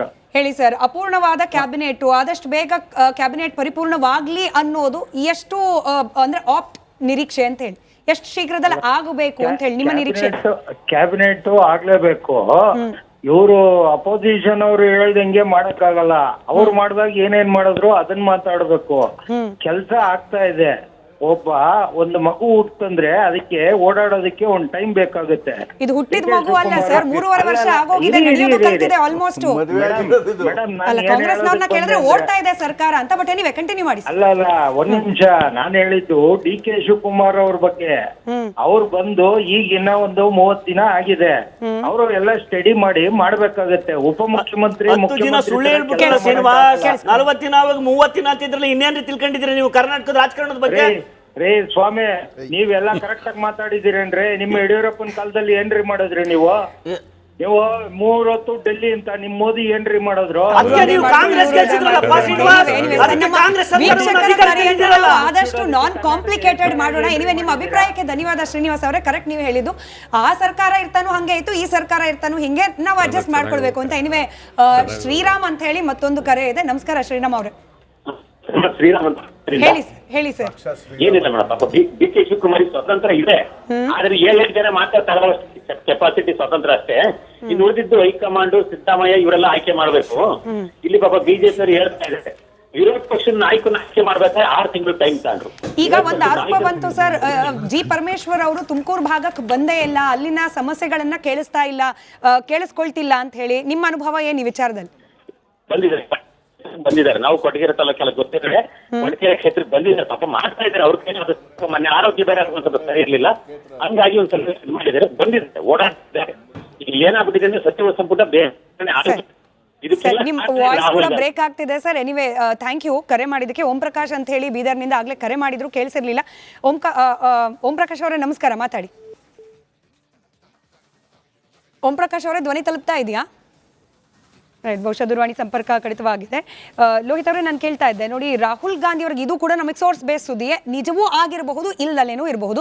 ರಾಹುಲ್ ಗಾಂಧಿ ಅವರ ಮುಂದೆ ಈ 3 ನಾಯಕರ ಪಟ್ಟಿ ಇಟ್ಟಾಗ ಬಹುತೇಕ ಹಿಂದೆ ಸಿದ್ದರಾಮಯ್ಯನವರ ಕ್ಯಾಬಿನೆಟ್ನಲ್ಲಿ ಇದ್ದವರದ್ದೇ ಹೆಸರು ನೀವು ರೆಫರ್ ಮಾಡಿದ್ದೀರಿ. ನಮಗೊಂದು ಫ್ರೆಶ್ ಫೇಸಸ್ ಬೇಕು, ಹೊಸಬರಿಗೆ ಅವಕಾಶ ಸಿಗಬೇಕು ಅಂತ ಹೇಳಿ ಕಳಿಸಿದ್ದಾರೆ ಅನ್ನೋದು ಸಿಕ್ಕಿರೋ ಮಾಹಿತಿ. ನಿಜಾನ? ಹಿಂದಿದ್ದವರಿಗಿಂತ ಹೊಸಬರಿಗೆ ಅವಕಾಶ ಕೊಡೋದು ಅನಿವಾರ್ಯನ, ಅವಶ್ಯಕತೆನಾ ಅಂತ? ಇಲ್ಲ, ಇದೆಲ್ಲ ಅಂತೆಕಂತೆಗಳಿಗೆ ಮಿತಿ ಇಲ್ಲ. ನಾನು ಅದಕ್ಕೆ ಇದು ಅಂತೆಕಂತೆ ಅಲ್ಲ ಸರ್, ನಿಮ್ಮ ಅಭಿಪ್ರಾಯ ಕೇಳ್ತಾ ಇದ್ದೀನಿ. ಹೊಸಬರಿಗೆ ಅವಕಾಶ ಕೊಡೋದು ಅವಶ್ಯಕತೆನಾ, ಅನಿವಾರ್ಯನಾ? ನಾವು ಸಹಿತ ಒಂದು ಪೊಲಿಟಿಕಲ್ ಪವರ್ ಅಲ್ಲಿ ಇಲ್ಲಿ ಇದ್ದವ್ರೆ. ಇವನ್ ಸ್ಮಿತಾ ಹೇಳಿದ್ರು ಅವರು ಡೆಲ್ಲಿಯಲ್ಲಿದ್ದಾರೆ ಅಂತ ಹೇಳ್ತಾ ಇದ್ದಾರೆ. ಸ್ವಾತಿ ಹೇಳ್ತಾ ಇದ್ದಾರೆ ಡೆಲ್ಲಿಯಲ್ಲಿದ್ದಾರೆ ಅಂತಂದ. ಅಂಥದ್ದು ಯಾವ ಮಾಹಿತಿನೂ ಸಹಿತ ಹೊರಗಡೆ ಬರಲಿಲ್ಲ. ಒಂದು ಪ್ರೈಮರಿ ಚರ್ಚೆ ಆಗಿದೆ, ಇವತ್ತೇ ಆಲ್ಮೋಸ್ಟ್ ಫೈನಲ್ ಆಗುವ ಎಲ್ಲ ಹಂತದಲ್ಲಿತ್ತು. ಆದರೆ ಖರ್ಗೆ ಅವರ ಪರ್ಸನಲ್ ಅನಿರೀಕ್ಷಿತ ಕಾರಣಕ್ಕೋಸ್ಕರ ಆಗಲಿಲ್ಲ. ಇನ್ನೊಂದು 2-3 ಡೇಸಲ್ಲಿ ಆಗುತ್ತೆ, ಅಥವಾ ಮ್ಯಾಕ್ಸಿಮಮ್ ಬೈ 1 ವೀಕ್ ಇದೆಲ್ಲವೂ ಸಹಿತ ಕ್ಲಿಯರ್ ಆಗುತ್ತೆ ಹೇಳೋ ಮಾಹಿತಿಗಳಿದ್ದಾವೆ. ಸೊ ಆ ನಿಟ್ಟಿನಲ್ಲಿ ಈಗ ನೀವು ಅಹಿಂದ ವರ್ಗದ ಅಭಿಪ್ರಾಯವನ್ನು ಕೇಳಿದ್ರೆ ನಾವು we are looking for our representation as per our number. ಈ ಅಹಿಂದ ವರ್ಗದಲ್ಲೇನೆ ಹಿಂದೆ ಕ್ಯಾಬಿನೆಟ್ ನಲ್ಲಿ ಇಲ್ಲದ ಹೊಸ ಮುಖಗಳಿಗೆ ಅವಕಾಶ ಕೊಟ್ರೆ ಓಕೆನಾ? ಬೇಕಾಗಿರೋದು ರೆಪ್ರೆಸೆಂಟೇಷನ್. ಏನ್ ತೊಂದರೆ ಇಲ್ಲ. ಸರಿ, ನಮ್ಮ ನಾನು ಮತ್ತೊಂದ್ಸರಿ ರಿಪೀಟ್ ಆಗುತ್ತೆ ಅನ್ಸುತ್ತೆ, ನಮ್ಮ ಸಮುದಾಯದ ಪರವಾಗಿರುವಂತ ಸಂಖ್ಯೆಗೆ ಸರಿಯಾದ ಪ್ರಾತಿನಿಧ್ಯ ಒಂದಾದ್ರೆ, ನಮ್ಮ ಸಮುದಾಯಗಳ ಪರವಾಗಿರುವಂತ ಬದ್ಧತೆಯುಳ್ಳಂತ ನಾಯಕರುಗಳನ್ನ ನೀವು ಅಲ್ಲಿ ಕ್ಯಾಬಿನೆಟ್ ಅಲ್ಲಿ ನಮ್ಮ ಧ್ವನಿಯನ್ನಾಗಿ ಮಾಡಿ. ಯಾಕೆಂತಂದ್ರೆ caste census is our prime issue. ನಮಗೆ ನೀವು ಯಾರು ಏನು ಅಧಿಕಾರ ಪಡ್ಕೊಳ್ತೀರಾ ಅದಕ್ಕಿಂತ ಅತಿ ಹೆಚ್ಚಾಗಿ ನಮಗೆ ಜನಸಾಮಾನ್ಯರಿಗೆ ಅಥವಾ ಅಹಿಂದ ವರ್ಗಕ್ಕೆ ನ್ಯಾಯ ಕೊಡಿಸುವಂತ ಅದು ಕ್ಯಾಬಿನೆಟ್ ಅಲ್ಲೇ ಅದು ಅಪ್ರೂವ್ ಆಗಬೇಕಾಗಿರೋದು. ರಿಜ್ವಾನ್ ಅರ್ಷದ್ ಅವರಿಗೆ ಅವಕಾಶ ಕೊಡಬೇಕು, ಎಷ್ಟು ಬಾರಿ ಅಂತ ಹೇಳಿ ಜಮೀರ್ ಅವರಿಗೆ ಅವಕಾಶ ಕೊಡ್ತೀರಿ ಅನ್ನೋ ವಾದ ಕೂಡ ಇದೆ. ನಾವಿವಾಗ ವ್ಯಕ್ತಿಗತವಾಗಿ ಕೆಲವರನ್ನ ಮಾತಾಡೋದು ಬೇಡ. ಯಾಕಂತಂದ್ರೆ ಪ್ರತಿಯೊಬ್ರು ಸಹಿತ ನಮ್ದೇ ಲೀಡರ್ಗಳವರು. ಈವನ್ ರಿಜ್ವಾನ್ ಅರ್ಷದ್ ಬಗ್ಗೆ ಮಾತಾಡಿದ್ರೆ ಈಸ್ ಅವರ್ ಯಂಗ್ ಲೀಡರ್. ನೀವು ನಮ್ಮ ಜಮೀರ್ ಅಹ್ಮದ್ ಅವರ ಬಗ್ಗೆ ಮಾತಾಡಿದ್ರೆ ಅವ್ರದ್ದೇ ಆದಂತ ವರ್ಚಸ್ಸು ನಮ್ಮ ಯಾವುದು ಅಲ್ಪಸಂಖ್ಯಾತ ವರ್ಗದಲ್ಲಿದೆ. ಸೊ ಸಂತೋಷ್ ಲಾಡ್ ಅವರು ನಾವು ಈಗ ಸಂತೋಷ್ ಲಾಡ್ ಅವ್ರನ್ನ ಮೊದಲನೇ ಪಟ್ಟಿಯಲ್ಲಿ ಕೈ ಬಿಟ್ಟಿರೋದು ಅದೊಂದು ಸ್ವಲ್ಪ ನಮ್ಮ ಸಮುದಾಯಗಳಿಗೆ ಸ್ವಲ್ಪ ಆಘಾತಕಾರಿಯಾಗಿದೆ. ಯಾಕಂತಂದ್ರೆ he is one of the most performing ಮಂತ್ರಿಗಳಾಗಿದ್ರು ಅವರು. ಸೊ ಈಗ ಅದು ಕೂಡ ಒಂದು ಟಾಕ್ ಇದೆ ಸರ್, ಮೋಸ್ಟ್ ಪರ್ಫಾರ್ಮಿಂಗ್ ಏನೇ ಕೆಲವೊಂದ್ಸತಿ ಪ್ರಾಬ್ಲಮ್ ಆಗೋಯ್ತು. ಯಾಕಂದ್ರೆ ಈ ಪರ್ಫಾರ್ಮೆನ್ಸ್ ವಿಚಾರದಲ್ಲಿ ಸೆಲ್ಫ್ ಡಿಸಿಷನ್ ಗಳನ್ನ ತೆಗೆದುಕೊಂಡ್ಬಿಟ್ರು. ಆ ವಿಚಾರದಲ್ಲಿ ಡಿ ಕೆ ಶಿವಕುಮಾರ್ ಅವರಿಗೆ ಕೊಂಚ ಅಸಮಾಧಾನ ಇದೆ ಅಂತ ಹೇಳಿ ಐ ಡೋಂಟ್ ನೋ. ಇದು ಕೂಡ ಗಾಳಿ ಸುದ್ದಿ ನೀವು ಹೇಳ್ಬೋದು. ಈಗ ನಾನು ಅದನ್ನ ಓಪನ್ ಆಗಿ ಮಾತಾಡಕ್ಕಾಗಲ್ಲ ನಾನು ನಿಮ್ಗೆ. ಕೆಲವೊಂದು ಟೈಮು ಈ ಸಮುದಾಯಗಳ ಪರವಾಗಿ ಯಾರ್ಯಾರು ಗಟ್ಟಿಯಾಗಿ ಧ್ವನಿ ಮಾಡ್ತಾರೋ ಅವರೆಲ್ಲರೂ ಸಹಿತ ಸಂತ್ರಸ್ತರಾಗ್ತಾರೆ. ಸೊ ಅದನ್ನ ನೀವು ಆ ವಿಚಾರದಲ್ಲಿ ನಾವು ಹೇಳ್ಬೇಕಂತ. ಕಾಂಗ್ರೆಸ್ ಪಕ್ಷದಲ್ಲಿ ಯಾರು ಸಂತ್ರಸ್ತರಲ್ಲ. ಓಕೆ ಬಿಡಿ, ನೀವು ಕಡೆ ಮಾತಾಡಿ, ನೀವು ಮಾತಾಡಿ, ನಿಮ್ಮ ಅವಕಾಶ ಸಿಕ್ಕಿದಾಗ ಮಾತಾಡಿ. ಅವಕಾಶ ಸಿಕ್ಕಿದೆ, ಮುಂದಿನ ದಿನಗಳಲ್ಲಿ ಅವಕಾಶ. ಆಯ್ತು ಓಕೆ ಓಕೆ. ಈ ಸಿಸ್ಟಮ್ ನಾನು ಕಾಂಗ್ರೆಸ್ ಪಕ್ಷ ಅಂತ ಇಲ್ಲ, ಈ ಸಿಸ್ಟಮ್ ಇಟ್ಕೊಂಡು ಪಕ್ಷ ಇಲ್ಲ ಕೇಳಿಸ್ಕೊಳ್ಳಿ, ಪಕ್ಷ ಇಡೀ ಒಂದು ಸಮುದಾಯವನ್ನೇ ಬಲಪಡಿಸ್ತಾ ಇರುವಂತದ್ದು. ಅಹಿಂದ ವರ್ಗಕ್ಕೆ ಇಡೀ ದೇಶದಲ್ಲಿ ಯಾವ್ದಾದ್ರು ಪಕ್ಷ ಜೊತೆಗೆ ನಿಂತ್ಕೊಂಡಿರೋದಾಗ್ಲಿ, ಸ್ಥಾನಮಾನಗಳನ್ನ ಕೊಟ್ಟಿರುವಂತದ್ದಾಗ್ಲಿ,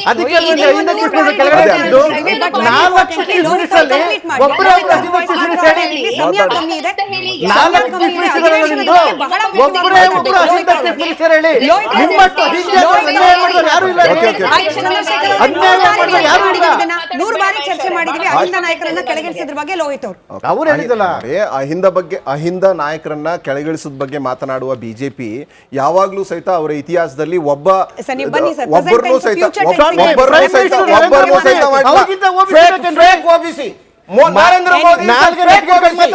ನರೇಂದ್ರ ಮೋದಿ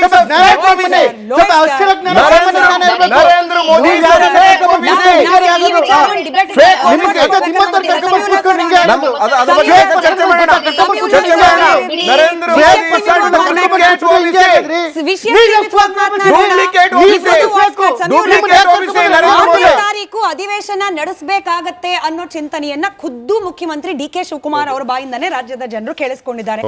ಕ್ಯಾಬಿನೆಟ್ ಎಕ್ಸ್ಪಾನ್ಷನ್ ಅಷ್ಟು ಒಳಗಾದ್ರೆ ವೆಲ್ ಅಂಡ್ ಗುಡ್ ಸರ್. ಇಲ್ಲದೆ ಹೋದ್ರೆ ವಿರೋಧ ಪಕ್ಷಗಳು ಕೇಳುವಂತಹ ಪ್ರಶ್ನೆಗಳಿಗೆ 20 ಖಾತೆಗೆ ಸಂಬಂಧಪಟ್ಟ ಪ್ರಶ್ನೆಯನ್ನ ಮುಖ್ಯಮಂತ್ರಿಯಾಗಿ ಡಿ ಕೆ ಶಿವಕುಮಾರ್ ಅವರು ವಿಧಾನಸಭೆ ವಿಧಾನ ಪರಿಷತ್ ಎರಡೂ ಕಡೆ ಉತ್ತರ ಕೊಡಬೇಕಾಗಿ ಬರುತ್ತೆ. ಅದು ಮುಜುಗರ. ಅದು ಮುಜುಗರ. ಫಸ್ಟ್ ಆಫ್ ಆಲ್ ಪೂರ್ಣ ಪ್ರಮಾಣದ ಸಂಪುಟ ಇಲ್ದಲೇ ಇರೋದೇ ಅಧಿವೇಶನದಲ್ಲಿ ದೊಡ್ಡ ಸುದ್ದಿಗೆ, ಚರ್ಚೆಗೆ ಮತ್ತು ಸರ್ಕಾರದ ಮುಜುಗರಕ್ಕೆ ಕಾರಣ ಆಗುತ್ತೆ. ಮತ್ತು ಮುಖ್ಯಮಂತ್ರಿಯ ಮೇಲೆ ಅನಗತ್ಯ ಒತ್ತಡವನ್ನು ಸೃಷ್ಟಿ ಮಾಡುತ್ತೆ. ಮತ್ತೆ ಉತ್ತರ ಮೆಕ್ಯಾನಿಕಲ್ ಕೊಡೋದಲ್ಲ, ಉಪ ಪ್ರಶ್ನೆಗಳಿಗೆ ಉತ್ತರ ಕೊಡಬೇಕು. ನಿಮಗೆ ಉಪ ಪ್ರಶ್ನೆಗಳಿಗೆ ಉತ್ತರ ಕೊಡ್ಬೇಕಾದ್ರೆ ನಾಲೆಡ್ಜ್ ಇರಬೇಕು. ಪ್ರಶ್ನೆಗೆ ಉತ್ತರ ಆಫೀಸರ್ಸ್ ರೆಡಿ ಮಾಡಿಬಿಡ್ತಾರೆ. ಹೀಗಾಗಿ ಅದು ಅನಗತ್ಯ ಒತ್ತಡವನ್ನ ಸೃಷ್ಟಿ ಮಾಡುತ್ತೆ. ಅವ್ರು ಸ್ಟೇಟ್ಮೆಂಟ್ ಕೂಡ ಮಾಡಿದ್ದಾರೆ, ಅಧಿವೇಶನದ ಒಳಗಡೆನೆ ನಾನು ಮಾಡೋದಕ್ಕೆ ಪ್ರಯತ್ನ ಪಡ್ತಿದ್ದೀನಿ ಅನ್ನೋ ಮಾತನ್ನು ಕೂಡ ಅವ್ರು ಸುತ್ತಮುತ್ತ ಇರೋರಿಗೆ ಅದನ್ನ ಹೇಳಿದ್ದಾರೆ. ಅದನ್ನ ಮಾಡಬೇಕು ಅವರು. ಹೈಕಮಾಂಡ್ ಅವರಾಗ್ಲಿ ಬೇರೆ ಲೀಡರ್ಸ್ ಆಗಲಿ ಅದನ್ನ ಮಾಡೋದ್ರ ಮೂಲಕ ಸರಾಗವಾಗಿ ಅಧಿವೇಶನ ನಡಿಬೇಕು. ಮತ್ತೆ ಯಾರಿಗೆ ಏನು ಹಕ್ಕುಗಳು ಸಿಗಬೇಕು, ರೆಪ್ರೆಸೆಂಟೇಷನ್ ಸಿಗಬೇಕು, ಪ್ರಾದೇಶಿಕ ಸಮತೋಲನ ಸಿಗಬೇಕು, ಸಮುದಾಯವಾರು ಆದ್ಯತೆ ಸಿಗ್ಬೇಕು, ಅದು ಸಿಗ್ಬೇಕದು. ಬರೀ ಅಧಿಕಾರ ಹಂಚಿಕೆ ಅಂತಂದ್ರೆ ಬರೀ ಅಧಿಕಾರ ಕೊಟ್ಬಿಡೋದಲ್ಲ. ಅದು ಯಾರೋ ಲೀಡರ್ಗಳಿಗೆ, ನಮ್ಮ ಕಾಂಗ್ರೆಸ್ ಪಾರ್ಟಿ ಲೀಡರ್ಗಳಿಗೆ ತಗೊಳ್ಳಿ ನೀವು ಜಿಲ್ಲಾವಾರು ಸಮತೋಲನ ಬೇಕು, ಲೀಡರ್ಶಿಪ್ಪು, ಕಮ್ಯುನಿಟಿ, ಇವೆಲ್ಲ ಚಿಕ್ಕವರು, ಹೊಸ ಮುಖಗಳು. ಅಂದ್ರೆ ಈ ಕ್ಯಾಬಿನೆಟ್ ಎಲೆಕ್ಷನ್ ಕ್ಯಾಬಿನೆಟ್, ಇದು ನಿಜ ಎಲೆಕ್ಷನ್ ಕ್ಯಾಬಿನೆಟ್. ಇದನ್ನ ಇಟ್ಕೊಂಡು ಅವ್ರು ಎಲೆಕ್ಷನ್ 2028 ಎಲೆಕ್ಷನ್ಗೆ ಹೋಗೋ ಕ್ಯಾಬಿನೆಟ್. ಹೀಗಾಗಿ ಈ ಕ್ಯಾಬಿನೆಟ್ ಅಲ್ಲಿ ಎಷ್ಟು ಹೊಸ ಮುಖಗಳು. ಈಗ ಮೊದಲನೇದಾಯ್ತು, ಇದರಲ್ಲಿ ಎಷ್ಟು ಹೊಸ ಮುಖಗಳು, ಎಷ್ಟು ಕೆಪಾಸಿಟಿ ಇರೋ ಮುಖಗಳು, ಎಷ್ಟು ಕೆಲಸ ಮಾಡೋರಿಗೆ ಆದ್ಯತೆಯನ್ನು ಕೊಡ್ತಾರೆ ಅನ್ನೋದು ಮೋಸ್ಟ್ ಸಿಗ್ನಿಫಿಕೆನ್ಸ್. ಹೀಗಾಗಿದ್ದಾಯ್ತು, ಒಂದು ವಾರ ತಡ ಆದ್ರೂ ಚಿಂತೆ ಇಲ್ಲ, ಒಳ್ಳೆ ಕ್ಯಾಬಿನೆಟ್ ಅನ್ನು ಕೊಟ್ಟು ಅಧಿಕಾರಕ್ಕೆ, ಆಡಳಿತಕ್ಕೆ ಚಾಟಿ ಕೊಡುವಂತಹ ಪ್ರಯತ್ನವನ್ನ ಅವ್ರು ಮಾಡಿದ್ರೆ ಒಳ್ಳೇದು. ಆಯ್ತು ಸ್ವಾತಿ ಅವರೇ, ಒಂದು ವಾರ ತಡಾನೆ ಅಂತ ಅನ್ಕೊಳ್ಳೋಣ, ಅಧಿವೇಶನದ ಮುಂಚೆನೆ ಅಂತ ಅನ್ಕೊಳ್ಳೋಣ. ಕೈಯಲ್ಲಿ ಒಂದು ವಾರ ಹೆಚ್ಚು ಅಂದ್ರೆ 10 ದಿನ ಇರುತ್ತಪ್ಪ. ಹೊಸ ಮಿನಿಸ್ಟರ್ಗಳಿಗೆ ಕೇಳೋ ಪ್ರಶ್ನೆಗಳಿಗೆ ಉತ್ತರ ಹೇಳ್ಬೇಕು ಅಂದ್ರೆ ಅಟ್ಲೀಸ್ಟ್ ಇಲಾಖೆ ಅರ್ಥ ಆಗ್ಬೇಕಲ್ಲ ಅವರಿಗೆ. ಅಲ್ಲ ಸ್ಮಿತಾ ಅವರೇ, ಈ ಕ್ಯಾಬಿನೆಟ್ ಇವಾಗ ಏನು ರಚನೆ ಆಗುತ್ತೆ, ಯಾರು ಕೂಡ ಏನು ತಿಳ್ಕೊಳ್ತೀರಾ ಅಥವಾ ಈ ರಾಜ್ಯದ ಅರಿವಿಲ್ದಿರಾ ಕೆಲವೊಬ್ರು ಪ್ರಥಮ ಬಾರಿ ಶಾಸಕರಾಗಿರುವಂತವ್ರು ಇರಬಹುದು, ಅಥವಾ ಹೊಸ ಮುಖಗಳಿಗೆ ಖಂಡಿತವಾಗ್ಲೂ ಅವಕಾಶ ಇರುವಂತದ್ದು ಇರ್ಬೋದು. ಹಾಗಂತ ಹೇಳಿ ಸಂಪೂರ್ಣವಾಗಿ ಇರೋ 20ಕ್ಕೆ 20 ಮಂತ್ರಿಗಳು ಕೂಡ ಇನ್ಎಕ್ಸ್ಪೀರಿಯನ್ಸ್ಡ್ ಶಾಸಕರಾಗ್ಲಿ ಅಥವಾ ಇನ್ಎಕ್ಸ್ಪೀರಿಯನ್ಸ್ಡ್ ಮಿನಿಸ್ಟರ್ಸ್ ಅಂತ ಇಲಾಖೆಗೆ ಸಂಬಂಧಪಟ್ಟಂತೆ ಶಾಸಕರು, ಸಚಿವರು ಬೇರೆಯವರು ಎಕ್ಸ್ಪೀರಿಯನ್ಸ್ ಇರಬಹುದು, ಅವ್ರಿಗೆ ಮಾಹಿತಿಗಳಿರ್ಬೋದು. ಪರಿಪೂರ್ಣ ಮಾಹಿತಿ ಒಬ್ಬ ಸಚಿವರಿಗೆ ಮಾತ್ರ ಸಿಗ್ಲಿಕ್ಕುಂಟು. ಅದ್ರ ಬಗ್ಗೆ ನಾನು ಕೇಳ್ತಾ ಇದ್ದೀನಿ. ಅದನ್ನ ಅರ್ಥ ಮಾಡ್ಕೊಳ್ಳಿಕ್ಕೆ ಸಮಯ ಸಾಕಾಗುತ್ತೆ ಸ್ಮಿತಾ ಅವರೇ. ನಾನು ಅದನ್ನೇ ಹೇಳ್ತಾ ಇರುವಂತದ್ದು. ಇವತ್ತಿನ ದಿನ ನನ್ನನ್ನ ಈ ಚಾನೆಲ್ಗೆ ವಕ್ತಾರಳಾಗಿ ನನ್ನ ತಂದು ಕೂಡಿಸಿದ್ದಾರೆ ಅಂತಂದ್ರೆ ಎಷ್ಟೋ ವರ್ಷದ ಹಿಂದಿನ ಕೃಷಿ ಪಕ್ಷದಲ್ಲಿ ಇರುತ್ತೆ. ಇವತ್ತಿನ ದಿನ ನಾನು ವಕ್ತಾರಳಾಗಿ ಕೂತಿದ್ದೀನಿ, ನಾನು ನಿಮ್ಮ ಚಾನೆಲ್ ನಲ್ಲಿ ಮಾತಾಡ್ತಾ ಇದ್ದೀನಿ.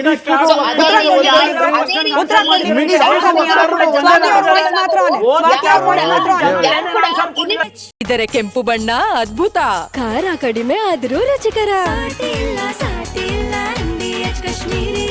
MDH ಕಾಶ್ಮೀರಿ. ಯಾರು ಕೂಡ ಅನ್ಇನ್ಫಾರ್ಮ್ಡ್ ಅಲ್ಲ. ಮಂತ್ರಿಗಿರಿ ಸಿಗೋದು ಒಂದ್ ವಾರ ತಡ ಆಗ್ತಿದ್ದ ಹಾಗೇನೆ ಪ್ರಶ್ನೆಗಳಿಗೆ, ಉಪ ಪ್ರಶ್ನೆಗಳಿಗೆ ತಪ್ಪಾದಂತ ಸಮಯದಲ್ಲಿ ಅವ್ರು ಅದೇ ಹೇಳ್ತಾ ಇದ್ರು, ತಪ್ಪಾದ ಮಾಹಿತಿ ಸಿಕ್ಬಿಡುತ್ತೆ. Madam, there is a system, ಆಯ್ತಾ? ಇದ್ರ ಬಗ್ಗೆ ಕೆಲಸ ಮಾಡೋದಿಕ್ಕಾಗ್ಲಿ, ಇದ್ರ ಬಗ್ಗೆ ಚರ್ಚೆ ಮಾಡೋದಿಕ್ಕಾಗ್ಲಿ ಒಂದು ಸಿಸ್ಟಮ್ ಇರುತ್ತೆ, ಅಧಿಕಾರಿಗಳಿರ್ತಾರೆ, ಮಾಹಿತಿಗಳು ಸಿಗುತ್ತೆ. ಅಂಡ್ ಮಂತ್ರಿ ಸ್ಥಾನ ಅಂತ ಯಾಕೆ ಹೇಳೋದು, ಕ್ಯಾಬಿನೆಟ್ ಅಂತ ಯಾಕೆ ಹೇಳೋದು, ಅವರಿಗೆ ಅಷ್ಟು ಪವರ್ ಇರುತ್ತೆ. ಯಾವುದೇ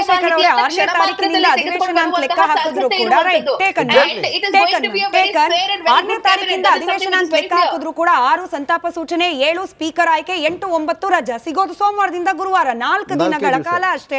ವಿರೋಧ ಪಕ್ಷ ಕೇಳಲಿಕ್ಕೆ 106 ಪ್ರಶ್ನೆ ಇದೆ. ಸಂಪುಟ ಪೂರ್ತಿ ಆದ್ರೆ ಓಕೆ, ಒಂದ್ ಹಂತಕ್ಕೆ ಆಗದೆ ಹೋದ್ರೆ ಕತೆ ಏನು ಅಂತ. ಅಲ್ಲ ನೋಡಿ, ಖಾತೆ ಅಂತಕ್ಕಂಥದ್ದು, ಆ ಮಂತ್ರಿಗಿರಿ ಅಂತಕ್ಕಂಥದ್ದು, ಆ ಮಂತ್ರಿ ಇರ್ತಕ್ಕಂಥ ಖಾತೆ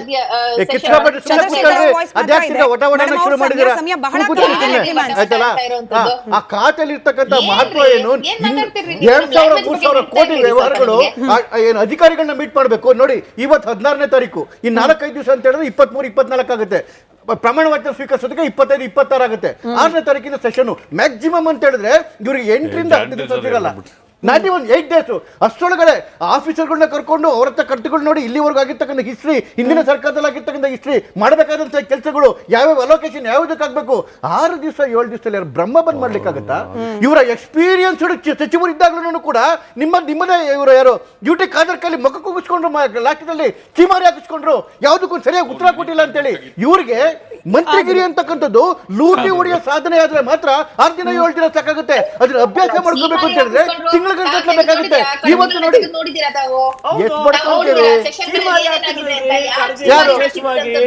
ನಿಮ್ಮ ಇಡೀ ಬಹುಶಃ ಕರ್ನಾಟಕದ ವಿಧಾನಸಭಾ ಇತಿಹಾಸದಲ್ಲಿ ಸ್ಪೀಕರ್ ಒಬ್ರು ಅವರದೇ ಸಚಿವರಿಗೆ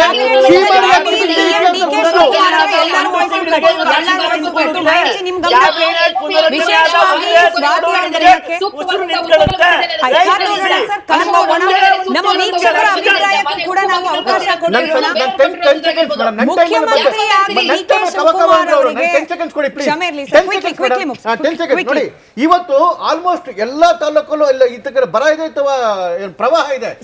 37 ಜನ MLAಗಳು ಹೋಗಿ ಡೆಲ್ಲಿ ಒಳಗಡೆ ಬಿದ್ದಿದ್ದಾರೆ. 37 ಜನ, ಅದ್ರ 17 ಜನ ಕರ್ನಾಟಕ ಭವನಲ್ಲೇ ಇದ್ದಾರೆ. 37 ಜನ ಅಂತ ಹೇಳಿದ್ರೆ 37 ತಾಲೂಕುಗಳು ಅನಾಥ. ಈ ಕಡೆಗೆ ಜಿಲ್ಲಾ ಉಸ್ತುವಾರಿ ಸಚಿವರಿಲ್ಲ, ಈ ಕಡೆ MLAಗಳಿಲ್ಲ. ಈ ದರಿದ್ರದವರ ಒಂದು ಏನು ಅಧಿಕಾರ ಲಾಲಸೆಗೆ ಇವತ್ತು ಕರ್ನಾಟಕ ಅನುಭವಿಸ್ತಾ ಇದೆ. ಮುಖ್ಯಮಂತ್ರಿಗಳಿಗೆ ಸ್ವಾತಂತ್ರ್ಯ ಇದೆಯಾ ಅಂತ ಕೇಳಿದ ಪ್ರಶ್ನೆಗೆ 75% ಜನಕ್ಕೆ ಇಲ್ಲ ಅಂತ ಅನಿಸ್ತಾ ಇದೆ. ಸ್ವಾತಂತ್ರ್ಯ ಮುಖ್ಯಮಂತ್ರಿಗಳಿಗಿದೆಯೋ, ಹೈಕಮಾಂಡ್ ಇದೆಯೋ, ಆದಷ್ಟು ಬೇಗ ಕರ್ನಾಟಕಕ್ಕೆ ಪರಿಪೂರ್ಣವಾದ ಸಂಪುಟ ಸಿಗಲಿ, ಜಿಲ್ಲಾ ಉಸ್ತುವಾರಿ ಸಚಿವರುಗಳು ಸಿಗಲಿ, ಜನರ ಸಮಸ್ಯೆ ಕಡೆಗೆ ಸ್ಪಂದಿಸುವ ಪ್ರಯತ್ನ ಸರ್ಕಾರದ ಕಡೆಯಿಂದ ಇನ್ನಷ್ಟು ಮಟ್ಟಿಗೆ ಹೆಚ್ಚಾಗ್ಲಿ ಅಂತ ಆಶಿಸ್ತಾ. ಅರೆ ಕಡಿಮೆ ಹಾಕು ಆದ್ರೆ ಅಸ್ಲಿ ಹಾಕು. MDH ಕಾಶ್ಮೀರಿ ಕೆಂಪು ಮೆಣಸಿನ ಪೌಡರ್.